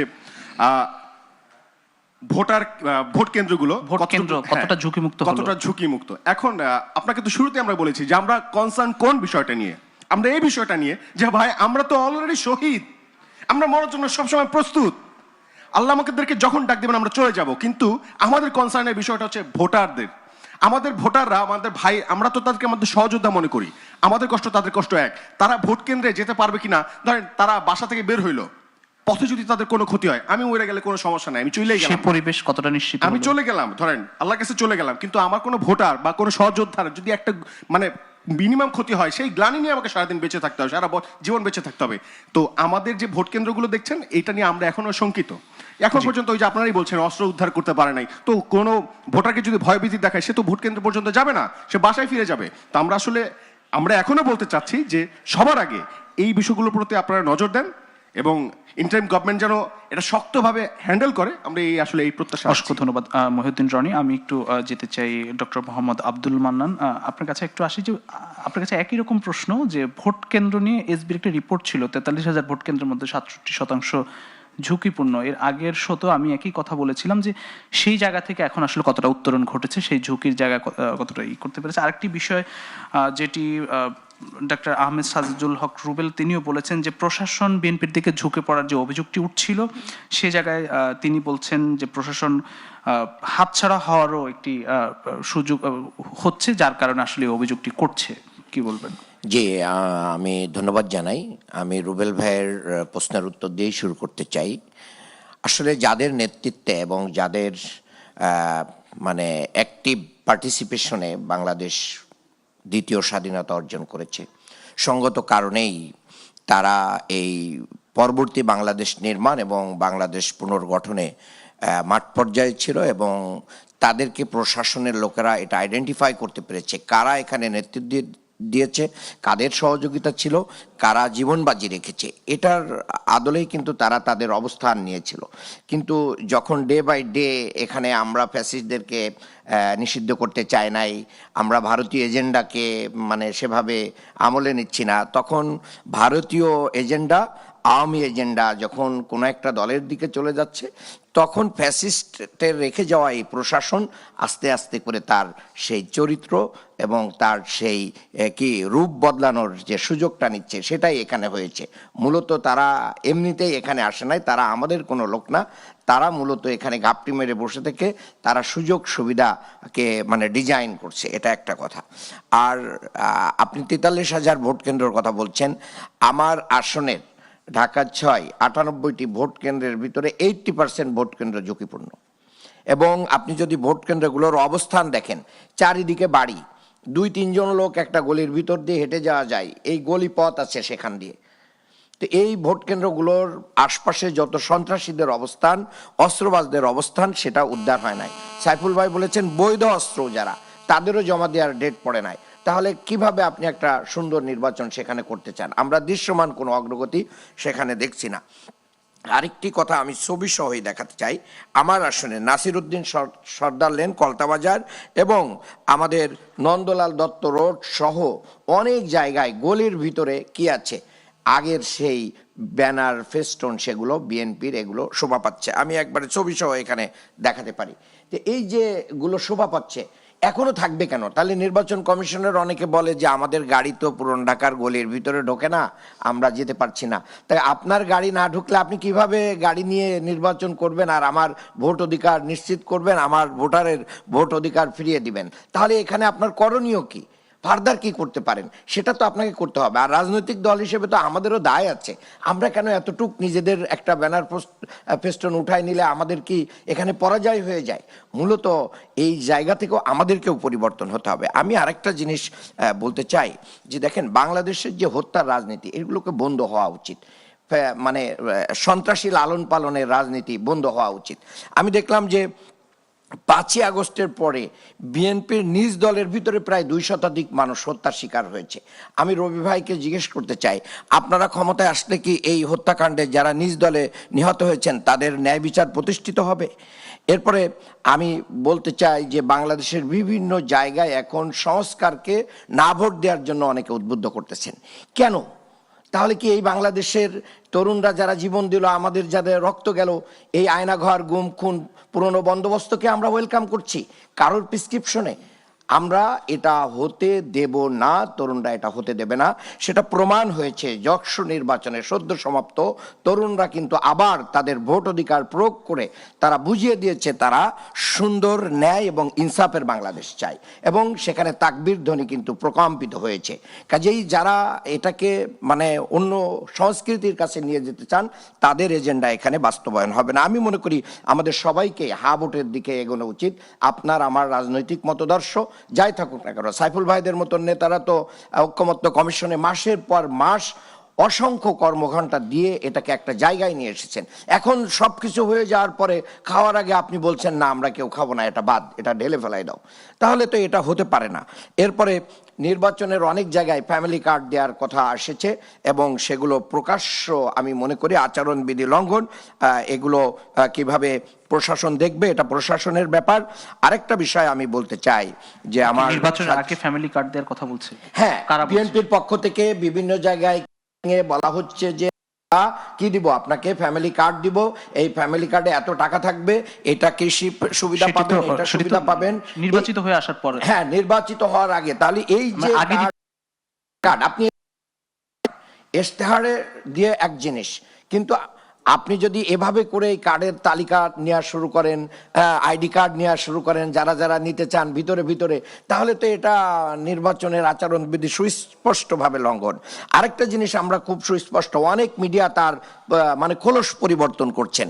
হ্যাঁ, যারা ইতিপূর্বে মানে বিএনপিকে কোনো মানুষের কাতারে ফেলে নাই, ম্যাডাম জিয়ার পরে এত অত্যাচার নির্যাতন হওয়ার পরে তাদের থেকে একটা কথা স্পষ্ট হয় নাই, এখন তারা খুব দরদি হয়ে মনে হচ্ছে যেন কাছের। মূলত তারা আমি মনে করি যে কোনো একটা দেশের এবং কোনো একটা গোষ্ঠীর এজেন্ডা বাস্তবায়ন করছেন।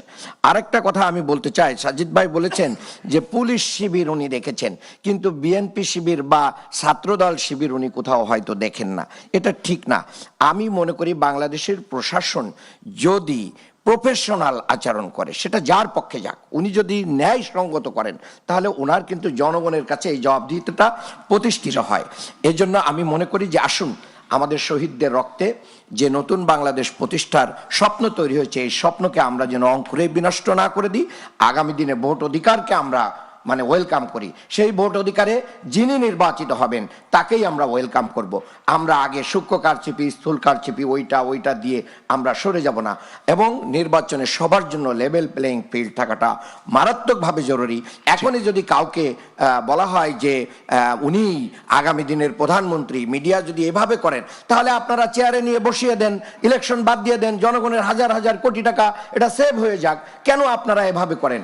আবার যখন বলা হয় হলফনামায় দেখে যে আগামী দিনে এই কথাগুলো তো আমরা শুনতে চাই না, যে ইন্টারমিডিয়েট পাস একজন মানুষ আগামী দিনের প্রধানমন্ত্রী হবে। তাহলে আবার আরেকজন বলছে যে কি যে একজন ডাক্তার, ওনার চেম্বার কোথায়? এই যে আপনারা মিডিয়া জগৎ থেকে এগুলো জনগণের কাছে খোরাক হিসেবে ছেড়ে দিচ্ছেন, আমরা এটা চাই না। আমরা ঐক্যবদ্ধ আমি বলছি আপনাকে, যারা আপনি সোশ্যাল মিডিয়াকে মিডিয়া হিসেবে বাদ দিতে পারবেন না, কারণ মিডিয়া, মেন স্ট্রিম মিডিয়া অনেক সময় চাটুকারিতা করে, কিন্তু সেখানেই সত্য উচ্চারণ হয়। আমি শেষ কথাটা বলতে চাই, আপনি গড়পড়তা আসলে এইভাবে বলতে পারেন না না, আপনিও তো এখানে দেখছি অনেক পক্ষপাতিত্ব করছেন। আমি সোজা সাপটা বলতে চাই, বিএনপি জামাত আমরা এই ফ্যাসিস্ট আমলে অনেকভাবে নির্যাতিত, আমরা নিগৃহীত, আমরা জীবন দিয়েছি। সেই জীবন দেওয়ার রক্তের উপরে আরেকটা নতুন বাংলাদেশ তৈরির নেতৃত্ব দিয়েছে আমাদের তরুণরা। সেই জায়গায় আমাদের ভিতরে আপনারা বিভাজনের রাজনীতি করবেন না। আমাদের আদর্শিক মত পার্থক্য থাকতে পারে, ফ্যাসিস্ট বিরোধী, স্বৈরাচার বিরোধী ব্যাপারে আমরা সবাই ঐক্যবদ্ধ। এভাবে আমরা বাংলাদেশ গড়ে তুলবো। আমিরে জামাত এই জন্যই বলেছেন, আমরা 200 সিট পাইলেও আমরা বিএনপিকে নিয়েই ক্ষমতা গ্রহণ করব এবং বাংলাদেশ গঠন করব। অসংখ্য ধন্যবাদ ডক্টর মোহাম্মদ আব্দুল মান্নান। আমি একটু যেতে চাই ডক্টর আহমেদ সাজিদুল হক রুবেল, আপনার কাছে। আইন শৃঙ্খলা পরিস্থিতি সবচেয়ে গুরুত্বপূর্ণ, যেটি আমাদের আলোচকরা বলছেন যে লেভেল প্লেইং ফিল্ডের আগে আইন শৃঙ্খলা পরিস্থিতি সবার আগে থাকা উচিত। সেটি উন্নতির জায়গা আসলে কতটা ঘটেছে? আমরা যদি বলি যে শহীদ হাদির ঘটনা, আমরা তারপরে মোসাব্বির হত্যাকাণ্ডের ঘটনা, এখন আসলে কোন পর্যায়ে আছে? ধন্যবাদ। 2016 সালে আমাদের আইন শৃঙ্খলা পরিস্থিতি সবচেয়ে বেশি খারাপ ছিল এ যাবৎকালে, যখন গড়ে প্রতিদিন 10 জন হত্যা হতো 2016 সালে হাসিনার আমলে। আর ঠিক বর্তমান আমলে আমাদের প্রতিদিন মারা যাচ্ছে গড়ে 11 জন, অর্থাৎ আমরা আমাদের রেকর্ড ভেঙে ফেলছি আর কি। এখন আইন শৃঙ্খলা পরিস্থিতি আমরা কেন এত কিছুর পরে, এত দীর্ঘদিনের লড়াই সংগ্রাম, তারপরে একটা রক্তাক্ত গণ অভ্যুত্থান, এটার পর আমরা বদলে গেলাম না কেন, আমরা বদলাইতে পারলাম না কেন আর কি? বদল করা মানে শুধু ওই যে সংবিধান পরিবর্তন করা, আইন পরিবর্তন করা না, সাময়িকভাবে রাজনৈতিক সংস্কৃতিটার বদল হইল না কেন? আমাদের আচারটা, আমাদের খাসলত, আমাদের ক্যারেক্টারিস্টিক্স, এগুলো চেঞ্জ হইল না কেন? এই চেঞ্জ না হওয়ার একটা বড় জায়গা হচ্ছে, যেটা আমরা করতে পারলাম না, সেটা হচ্ছে আমার সমালোচক আজকে বলেছেন বিচারহীনতার কথা। বিচারহীনতার যে সংস্কৃতি, এর আগে আরেকটা কথা আছে, সেটা হচ্ছে আইনের শাসনে ফিরে আসা। আমরা বাংলাদেশকে আইনের শাসনে ফিরাই নিতে পারি নাই। যেখানে আমরা আইনের শাসনে ফিরাই নিতে পারি নাই, সেখানে আমরা আইন শৃঙ্খলা পরিস্থিতি কি হবে? আমরা দেখেছি কোথায় আইনের শাসন ফিরে আসবার জন্য মানুষের তো ক্ষোভ থাকবে। 90-এর গণঅভ্যুত্থানেও আমি স্কুল ছাত্র, আমাদের ক্ষোভ ছিল স্বৈরাচার এরশাদ বিরোধী আন্দোলন। তখন আমরা ফেটে পড়ার মতো একটা অবস্থা ছিল, তখনও প্রেশার গ্রুপ ছিল, তখনও জনস্রোত ছিল, সবই ছিল। তখনও তো রক্তাক্ত আন্দোলন লড়াইয়ের মধ্যে আমরা বেরিয়েছি। আমাদের সময় ফেসবুক ছিল না, আমাদের সময় আমরা যখন স্কুল ছাত্র, সামাজিক মাধ্যম ছিল না। তো সেই সময় একটি খবর পেতেও বাংলাদেশের এক প্রান্ত থেকে আরেক প্রান্তের খবর পেতেও 7 দিন লাগতো। জাতীয় দৈনিক একটি উপজেলায় পৌঁছাইতে 2 দিন লাগতো আর কি। বিবিসিতে একটা খবর শুনে 5 মিনিট 2 মিনিট খবর শুনে মানুষ ইন্ডিকেশন করতো, হ্যাঁ এইবার এটা হচ্ছে, সেই ইন্ডিকেশন ধরে নিত আর কি, এই ঘটনা ঘটছে।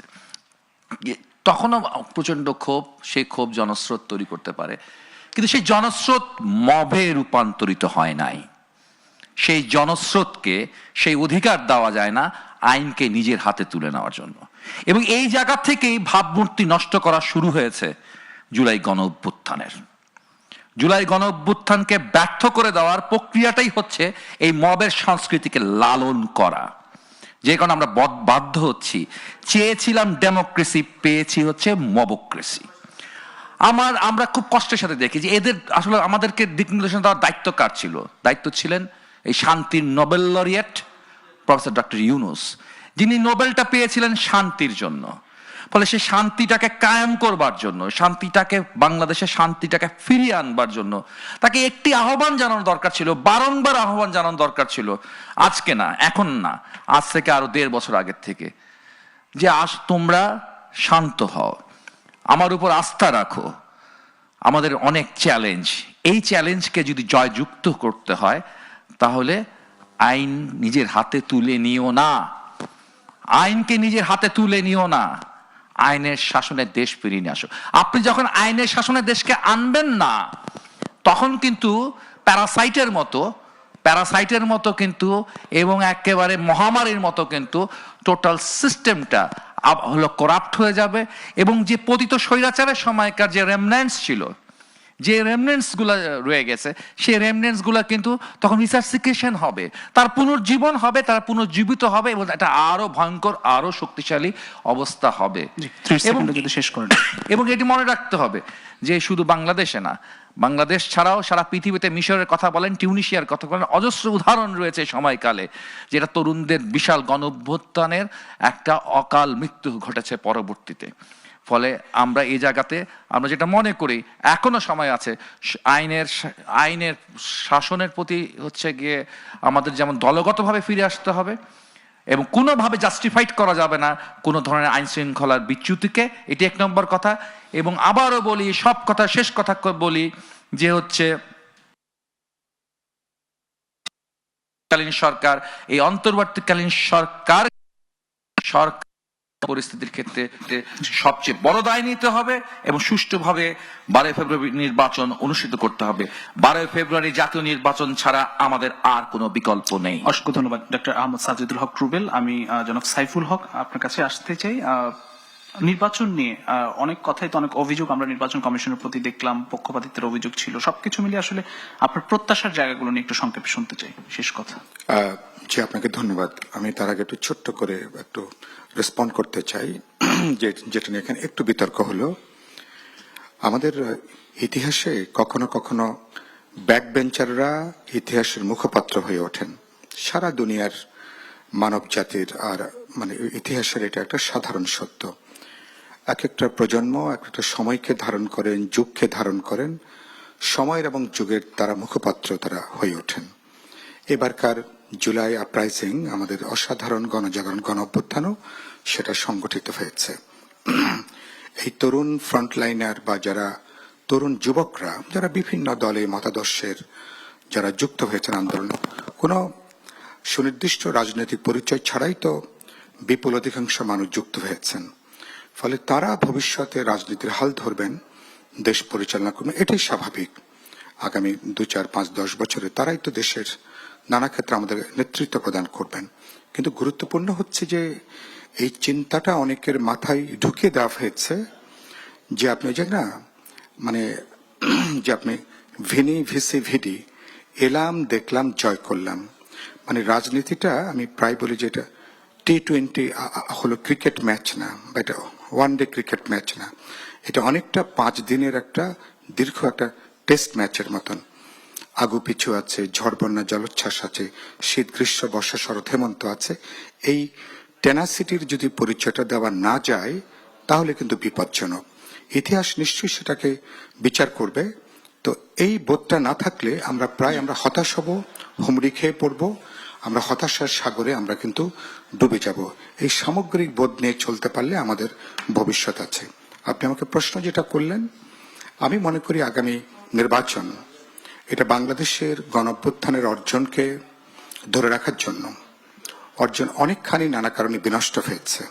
অতিকথন, বাড়াবাড়ি, কিছু কিছু ক্ষেত্রে হঠকারিতা, অনেকের অতিরিক্ত আত্মবিশ্বাস, অনেকে পুরো জিনিসটা নিজেদের কবজা করবার জায়গা থেকে অভ্যুত্থানের বাকি অর্জন যেটুকু আছে ধরে রাখার জন্য একই দিন যেহেতু আমাদের গণভোটের প্রশ্ন, যেটা নিয়ে জুলাই সনদে আমরা স্বাক্ষর করেছি, আমি নিজেও এখানে অন্যতম স্বাক্ষরকারী, আমাদের একটা দায় আছে ইতিহাসের প্রতি, সমাজের প্রতি, অভ্যুত্থানের শহীদদের প্রতি। সুতরাং জাতীয় নির্বাচন এবং গণভোট দেশের ঐতিহাসিক পথ চলায় একটা গুরুত্বপূর্ণ মাইল ফলক হবে। সরকার, নির্বাচন কমিশন, ভোটারদেরকে এ ব্যাপারে উদ্বুদ্ধ করা দরকার।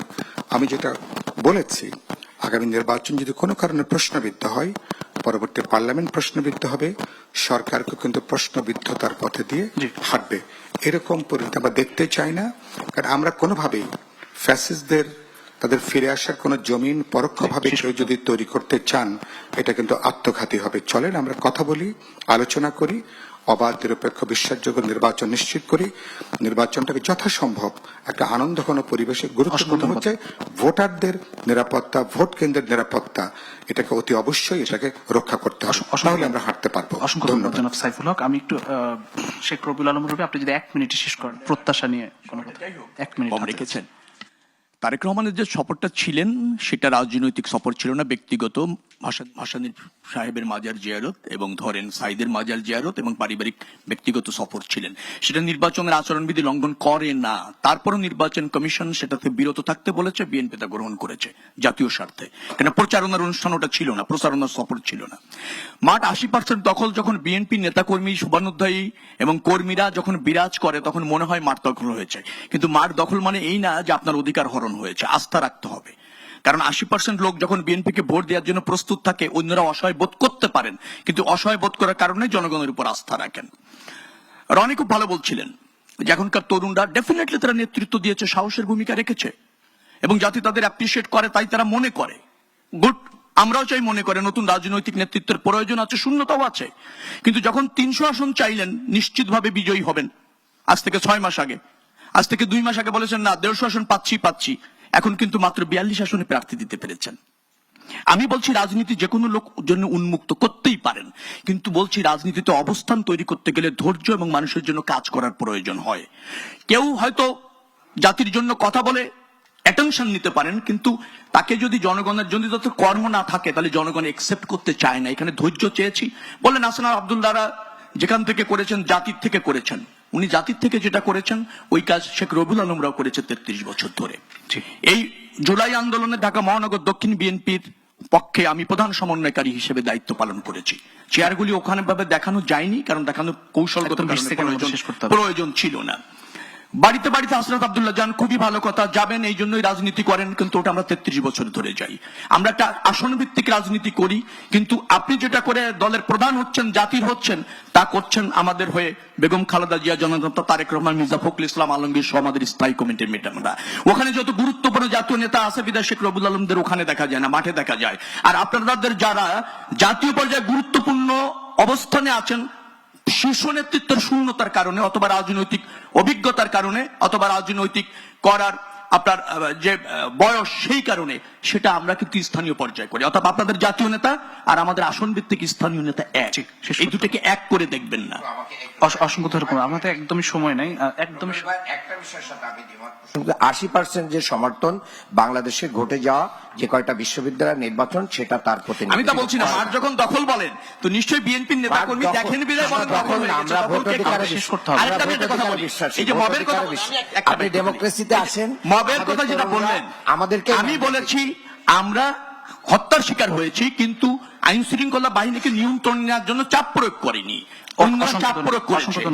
আমরা এই ব্যবস্থাপনার উপর আস্থা রাখি, এটাই দায়িত্বশীলতার পরিচয় যেটা আমরা করছি।